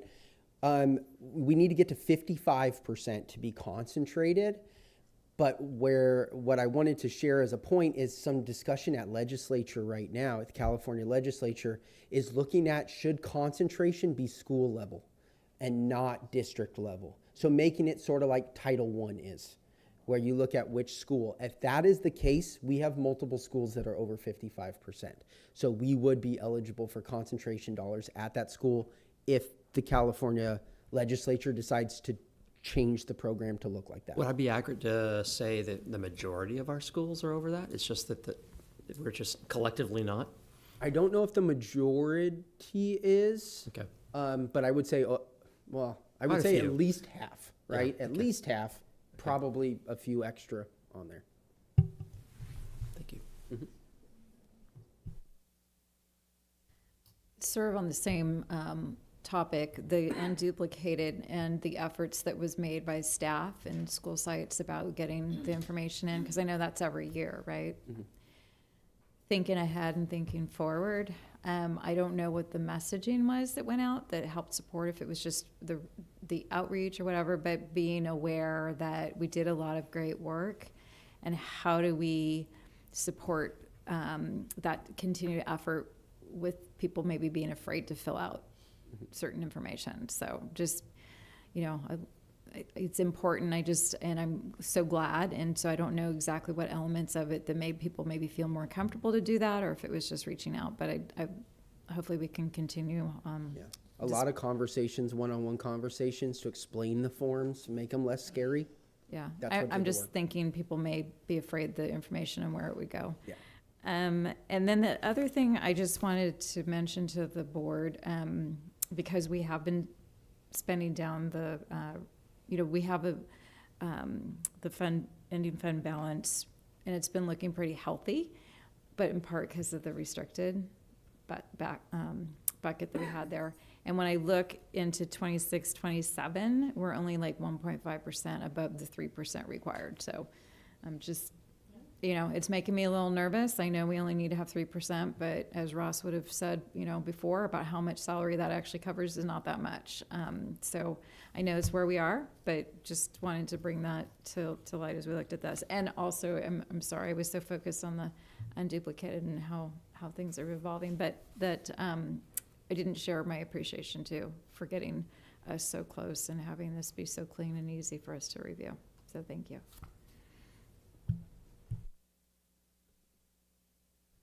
Okay, if we don't have other comments, we need a motion to approve this report. Trustee Mack, thank you. We need a second. Trustee Alexandra. Sorry, I have to put new initials now. Okay. All those in favor? 7, none opposed. Thank you. Okay, our next item is the approval of resolution number 7-2024-2025. This is participation in the data processing consortium, implementation of Frontline, and the end of fiscal independence. Yeah, so this is finally here. So with this resolution, what we would be moving to is ending our fiscal independence, and being a fiscally independent district. While that sounds like a very scary thing, it's actually the norm. Out of 1,015 districts in California, only about 50 of them are fiscally independent. Almost all of them are extremely large districts, like Los Angeles County, San Francisco, Oakland. They're the giants, and Novato. So there is a bit of this that it might be a holdover from a long time ago, but there are a lot of benefits that come with ending the fiscal independence, which I'll talk on just 1 second, because there is a second half of this, and they are contingent upon each other. Ending our fiscal independence comes with fiscal oversight. And that fiscal oversight is done through our record keeping and through our books, which right now we utilize the QSS system as our accounting software.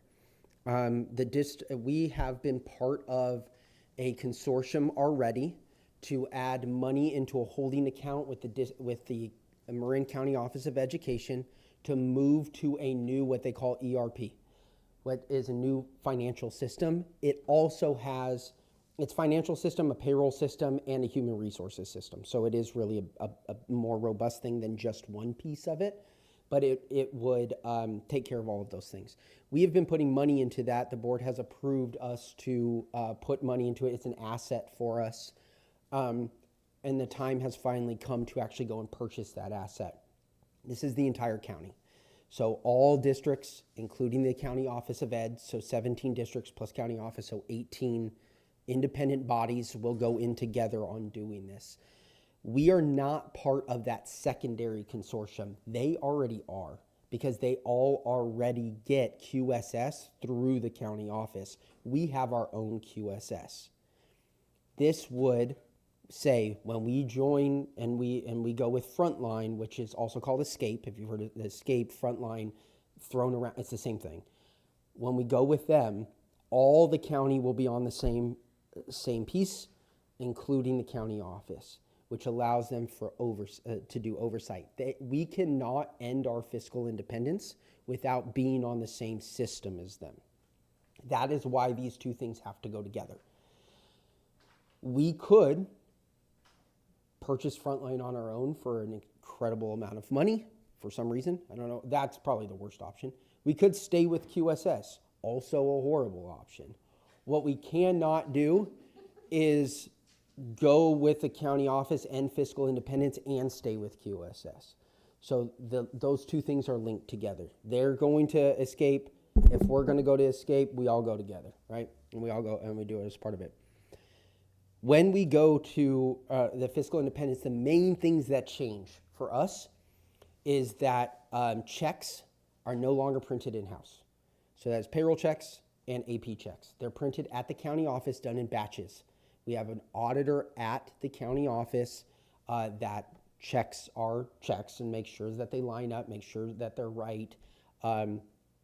There's a lot of oversight in that piece of it. Make sure that we're paying vendors that are approved, all of that.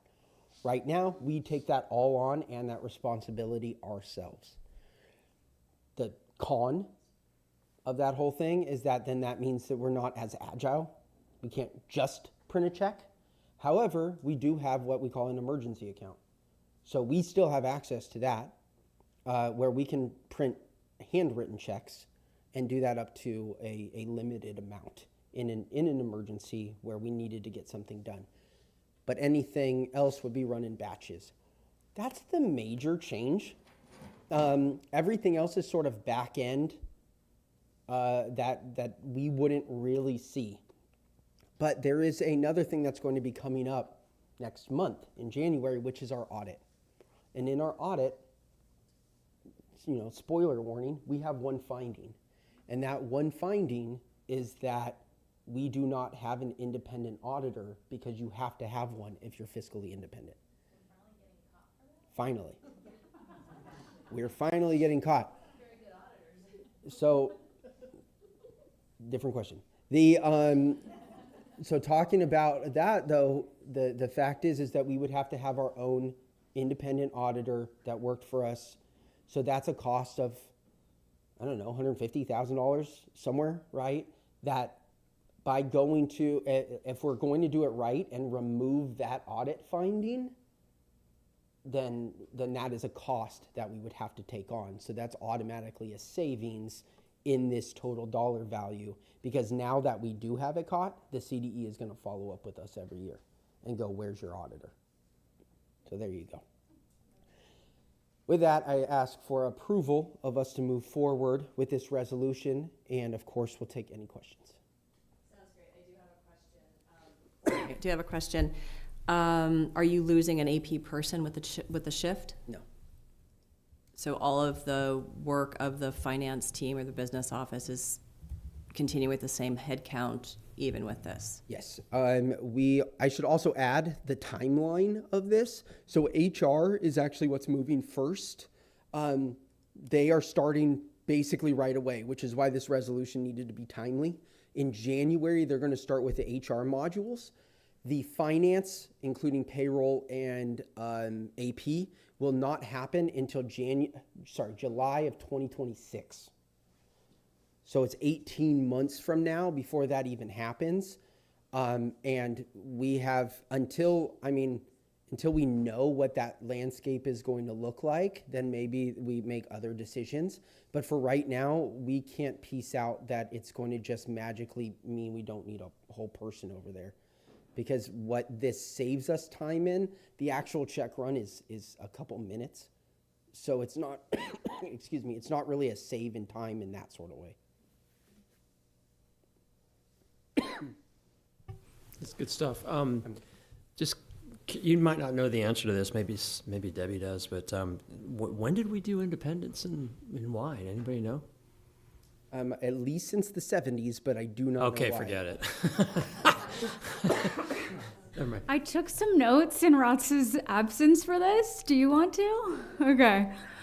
So I think in the past, the situation was that Every group got a say. Every district got a say at the district office that was within this group. However, we had more students and we didn't get more say because of that. We just got the one say instead of a ratioed by student count say. And so they would get to make decisions that would not benefit us. And so that's why we never wanted to do that. That landscape is different now per Ross, and in my opinion, so that those concerns are no longer the same or relevant. Another question, just so I wrap it up. I know last year we had an issue with a little bit of check fraud, and positive pay system is something we don't have. Does this new system have it? We actually have already added positive pay to our current system. Thank you. We did not have it before. We didn't have it as an option before. It became an option and we did it. The new system will also have that. Okay, wonderful. And then just last point, in terms of MCOE now effectively having our books, does that streamline any of our reporting to them in terms of what we send to them, or that? No, where efficiencies there? No, all of this type of stuff, like first interim, that's all still internal. That's all still us. It's 100% us. Where they gain some oversight on is on cash flows, which we currently have to reconcile all cash ourselves. We have to reconcile all cash received. Like, there's a lot of work that goes in there, and that's on like Jeff and Tiffany and in our office. That should reduce because they can then do transfers internally. So they don't have to write us a check and send it. They can do an internal transfer, which will cut down on time. But when it comes to the actual, like our Fundo One, they don't touch that stuff. So we're still 100% on the hook for that. I should say that in that role, MCOE already has oversight and continues that oversight. This is sort of a back-end oversight. Yeah. So to continue on with your question, I don't know why it started, but when I started on the board, one of my first things was, why are we doing everything internally? And the feedback I got back was to one of the elements that you said is that we didn't have control over when checks would be cut and things, and also that anytime I asked, it wasn't any more cost effective. In fact, you said something that, or I don't know that you finished the comment, are we paying somebody at MCOE to do some of the work that doesn't, whatever they're doing on their side, or how does that work? Because it sounds like we do all of the uploading of information or whatever, we have our staff doing that, but they must have somebody there that has to do something. Yeah, so what we gain in that is basically support tech. So right now we also have our IT team does all of our QSS and then works with Harris directly. So we wouldn't need that support anymore. So we can have our IT team go work on other things that isn't trying to make our QSS system run a random report that just breaks for some reason. The majority of the cost is purchasing the system itself. Shared between all of the districts are some personnel, which I think they have 3 FTE that are going to be dedicated to like server side issues of of Escape. Okay. And then I know I've mentioned this, Dr. Smith and I have talked about the Medi-Cal billing opportunities.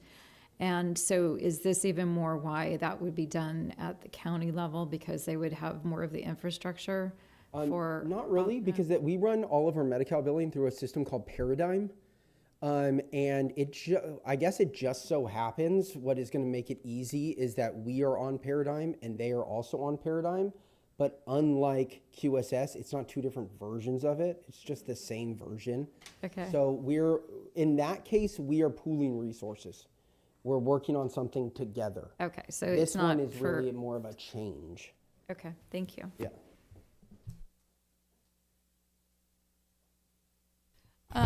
I've been on the fence about this I think because when I got here and all this whole time I've been here, it's always been never give up your independence. Never give it up. You'll never get it back. A lot of that was Ross's perspective, and that's where and other trustees that have come and gone, it was pretty strong that we would never do that. But it's changed. We've changed over time, and I understand the benefits of moving away from that. So I'm prepared to support this and move forward. So. Would that be a motion to Sure, adopt if we're done, I'm ready to go. I don't see any other comments or questions. Okay, so we have a first by Trustee Butler and a second by Trustee Mack. This is a roll call vote. Trustee Alexandre. Aye. Trustee Butler. Aye. Trustee Gasson. Aye. Trustee Jacobson. Aye. Trustee Lametta. Aye. Trustee Mack. Aye. Trustee Pickus. Aye. Thank you. Thank you. Our next item is 15C. Dr. Julie Senior, this is the review and approval of board policy and administrative regulations update in the 5,000 student series. Thank you. Tonight, I'm bringing forward Board Policy and Administrative Regulation 5121, Grades and Evaluation of Student Achievements for consideration of approval. At our last board meeting, we engaged in a discussion surrounding proficiency-based education and the need for a consistent grading scale. I have received feedback from staff, and I know we still have work to do related to proficiency-based education, and we need to continue to align our practices, our rubrics, and our scales, but we are committed to engaging in this work. Once the policy and AR are approved, we will send a survey to staff to gain a complete understanding of where our folks are with proficiency-based education and potential needs for further discussion and professional development. I will be meeting with folks to hear from them and address concerns. There is definitely more work to do that needs to be done with key conversations with students as well. We're going to need to look at our grade books and our platforms and receive training on how to use our current systems and address if whether the current system is the best one to use. We want to make this transition as seamless as possible for our teams of teachers, students, and our families. We're looking forward to continuing our discussions with staff to start engaging in strong instructional practices in the classroom. And I want to once again acknowledge all the hard work of our staff who are working tirelessly to serve our students and our families. And with that said, I ask that the board approve Board Policy AR 5121. Okay, we have a public comment. I'd like to take that next if possible. Great. Nick Williams, please join us. You will have 3 minutes at the microphone.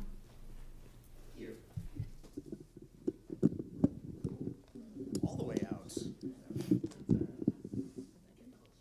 All right. Thank you. I'm Nick Williams. I teach at San Marin, and since 2018, I have been part of the teacher leadership team that's been kind of pushing proficiency-based education forward. So we made a commitment to proficiency-based education back in 2018.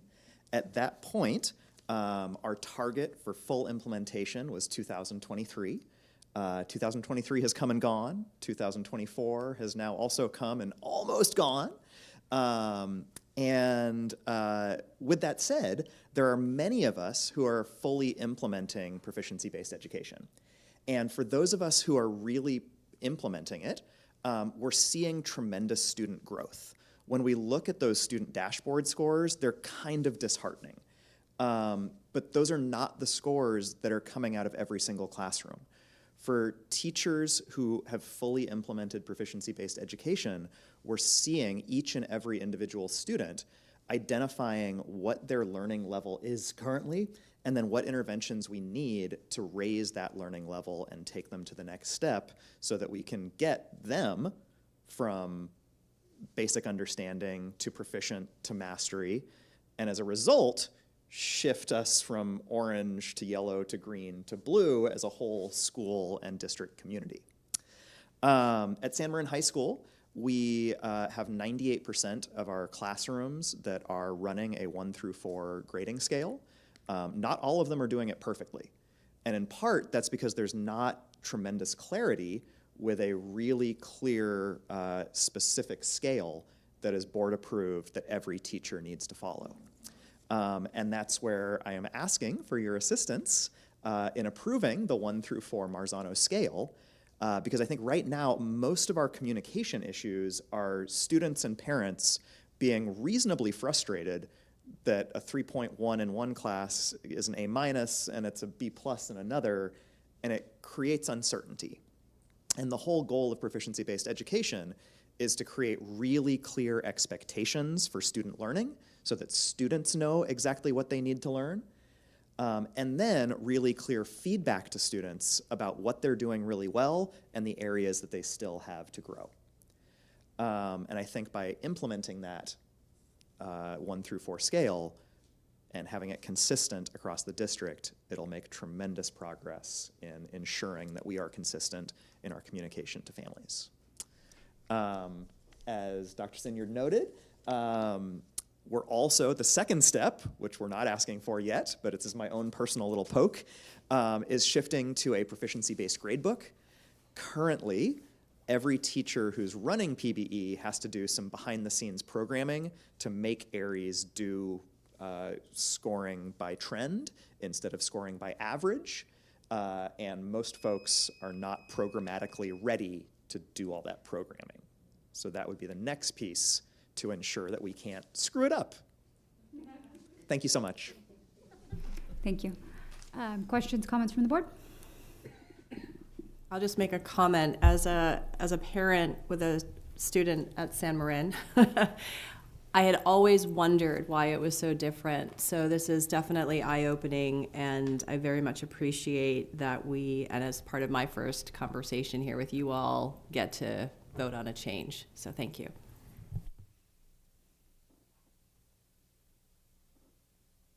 Trustee Pickus and then Trustee Butler. And then Trustee Mack. Yeah, thank you so much for your comments. And I know that it sounds, as I am learning newly on the board, just how much history there is in this district. And I can speak with my teacher hat on that it is always frustrating when there are new initiatives come in and then they sort of fade. And so I want to kind of honor the work that's been done and that history, and know that this is like a very, as you said, a very complicated topic, and this is one step that we can take to help clarify the systems that are in our classroom. And I know that there are plans to continue this conversation, that we have a lot of work to do, that ultimately this is about what's happening in our classrooms and clarifying our learning, engaging students in the process. So this is just one piece, and as you said, this is the beginning of a conversation, but I am in support of us sort of streamlining and setting this policy. I couldn't say it better, so I'm going to pass. I was just going to move to approve. We have a motion from Trustee Mack. Do we have a second? Trustee Butler, thank you. Any further conversation? Okay, we will vote then. All in favor of this item? 7, none opposed. Thank you.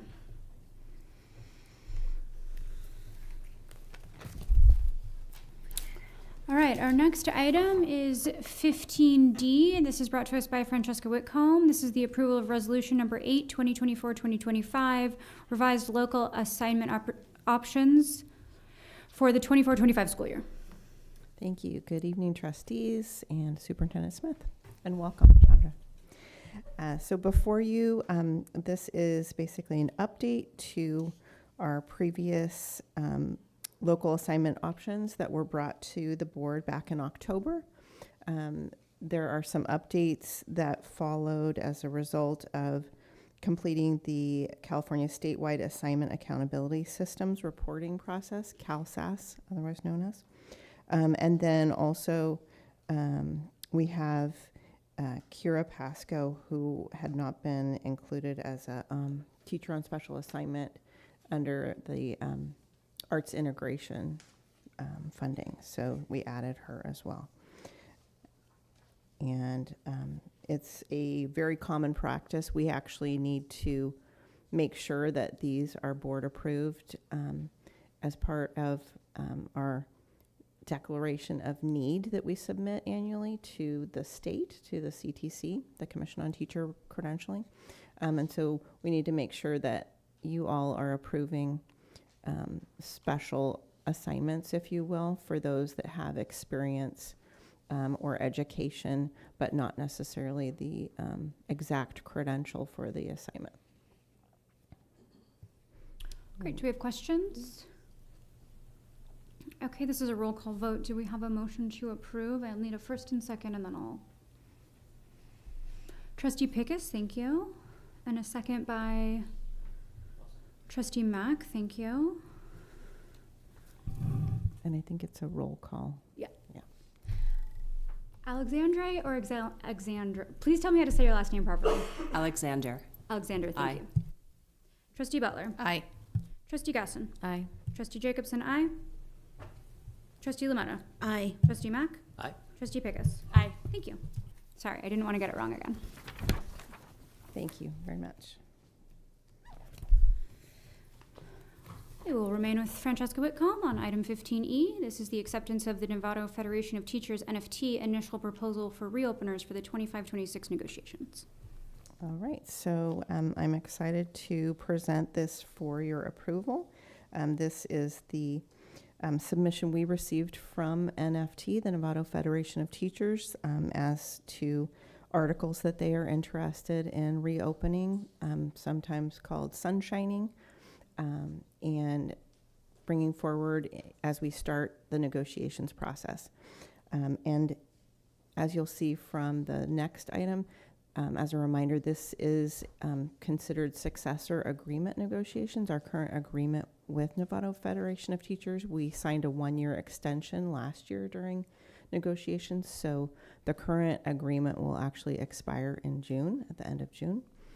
So we're able to then actually open or reopen more than the typical compensation benefits and up to 2 articles. We can actually reopen any number of articles from the contract. Questions, comments, or a motion? Okay, I've got a first by Trustee Butler and a second by Trustee Mack. All those in favor? 7, none opposed, thank you. And now we have 15F, the approval of Novato Unified School District initial proposal of negotiations with the Novato Federation of Teachers for 25-26. All right, and again, as with the previous item, this is now the district's perspective or side of things, and what we are presenting to you for our interest in bringing forward and reopening for negotiations. And I do want to add also, we look forward to coming to the table. We have already have a plan and planned that back in the spring when we ended negotiations. We got it on our calendars for the end of January. So by bringing these reopener items, that then allows the 2 groups to come together.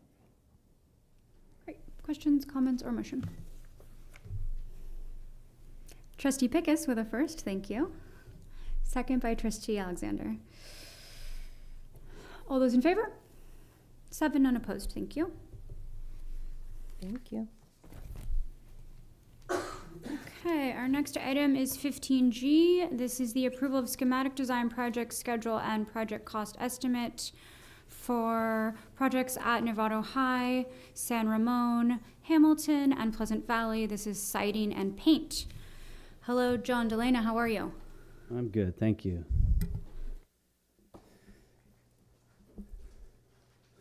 All right. So as stated, we're looking for schematic approval that it would include the budget and the schedule for the 4 sites at Hamilton TK through 8 school, Pleasant Valley Elementary School, San Ramon Elementary, and Novato High School.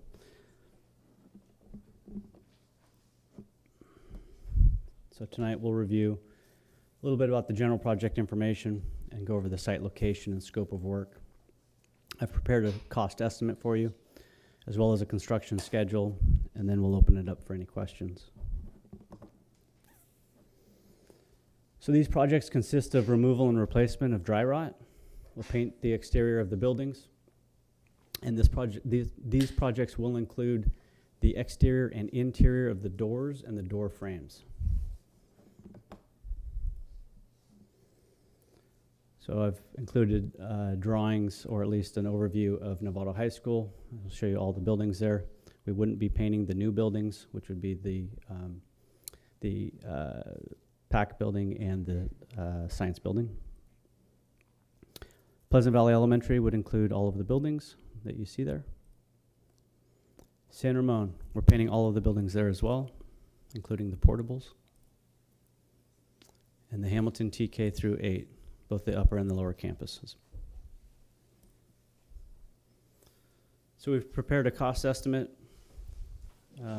This one's for Novato High School. The construction cost is anticipated to be around $475,000. With all of the soft costs, we're looking at approximately $740,000. At Pleasant Valley Elementary, cost estimate is roughly $150,000 for construction, and the project budget will be $290,000. At San Ramon, again, approximately $155,000 for construction. With all the soft costs, we're looking at $285,000.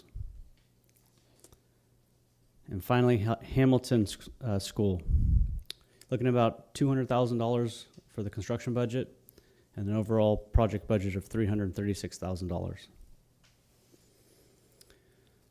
As far as the project schedules go, we're looking at schematic design approval tonight.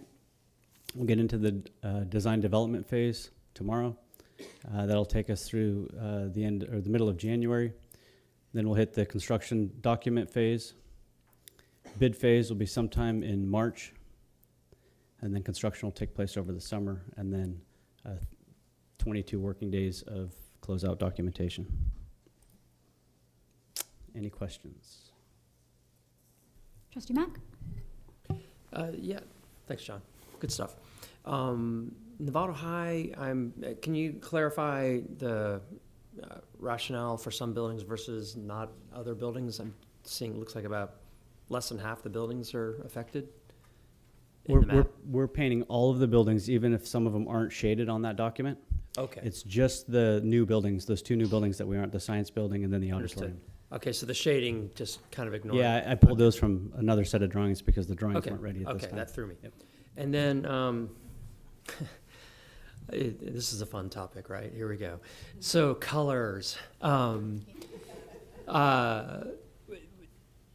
Do you have time in here for the inevitable back and forth on what colors should be selected and the engagement process and all that kind of stuff to find out what we're going to do? Yeah, and JC and I are going to start that process starting the end of this week. And then, yeah, we need to have the amount of colors per site picked out. Mm-hmm. And then not until we bid the project do we need to have the specific colors and color palette. Just trying to avoid the kind of, we kind of, you know what I'm talking about. I do. At the other high school. Yeah. It'll go unnamed. We don't want to go there. We all have opinions, right? I have my own, but, I'll wait till I'm asked. And then, what was I going to ask? Shoot. I can't remember. Anyway, I'll remember after someone else asks a question. So I was at the site for Novato High, and I noticed that they too, like Hill, have doors painted by students and things. So I don't know what we ended up doing at Hill. I think we kept the artwork. So is that similarly what we will do at Novato High? Yeah, we'll keep the artwork on the doors, and then if there's any murals that are painted, we'll do a like a clear sealer over them. Perfect. Okay, thank you. Who knew we'd have so many questions on this? The brick at Novato High. That came up when we were doing the site visit, so I'm curious. I mean, you don't really need to answer. I mean, no, that'll be part of the process. Yep, that's part of the discussion we're having. I do have money in there to paint the brick. I know that there's going to be some discussion about that. And then there may also be some brick pointing that needs to be done to in the grout lines to restore that. One thing I would ask, and I was mentioning when we were on site, should we decide to paint the brick, like let's say black, to match the new buildings as an example, I would ask if we could take a look at the new buildings and see how the black is holding up, both in terms of fade as well as graffiti and such, just to kind of get a sense for things to cover ourselves if we find that all of a sudden, wow, it's a graffiti magnet or something like that. Yeah, because the brick, obviously, it gets, the sun reacts to that since it's a darker color than it would the lighter. So that is something that we will have to take into consideration. Right. And I remember what I was going to say. I just want to make a comment. The color and just the painting at Loma Verde is just transformative. It's amazing what this does to our campuses. So I'm really looking forward to it. This is the last of the campuses, correct? These for are the paint? these are the last 4 sites that we've scheduled to paint, correct? Wonderful. Then we'll have to start all over again. Yeah. Okay, if no further conversation, do we have a motion to approve this item? Trustee Mack, thank you. Second. Trustee Lametta, thank you. All in favor? 7, none opposed. Great. We have 15H. This is the approval of resolution number 9, 2024-2025, approving Wright Contracting as the best value contractor and award of the leaseback agreement to Wright Contracting for the Sinaloa Middle School HVAC and roofing project and the Novato High Library Building 2700 HVAC project. Oh. A lot to say there. Yeah, so we're looking for the approval as mentioned. We did receive 7 respondents. We ended up interviewing 3, and through the best value methodology as identified by your district legal counsel, we've determined that Wright Contracting is the contractor that we'll recommend for award. This is a roll call vote. Do we have any questions? Do we have a motion for approval? Trustee Gasson. Second. Trustee Pickus. Okay, roll call vote. Trustee Alexander. Aye. Trustee Butler. Aye. Trustee Gasson. Aye. Trustee Jacobson. Aye. Trustee Lametta. Aye. Trustee Mack. Aye. Trustee Pickus. Aye. Thank you. Thank you. Next item, 15I. This is the approval of Resolution 10, 2024-2025, authorizing participation in the Zero Emission School Bus and Infrastructure Incentive Project.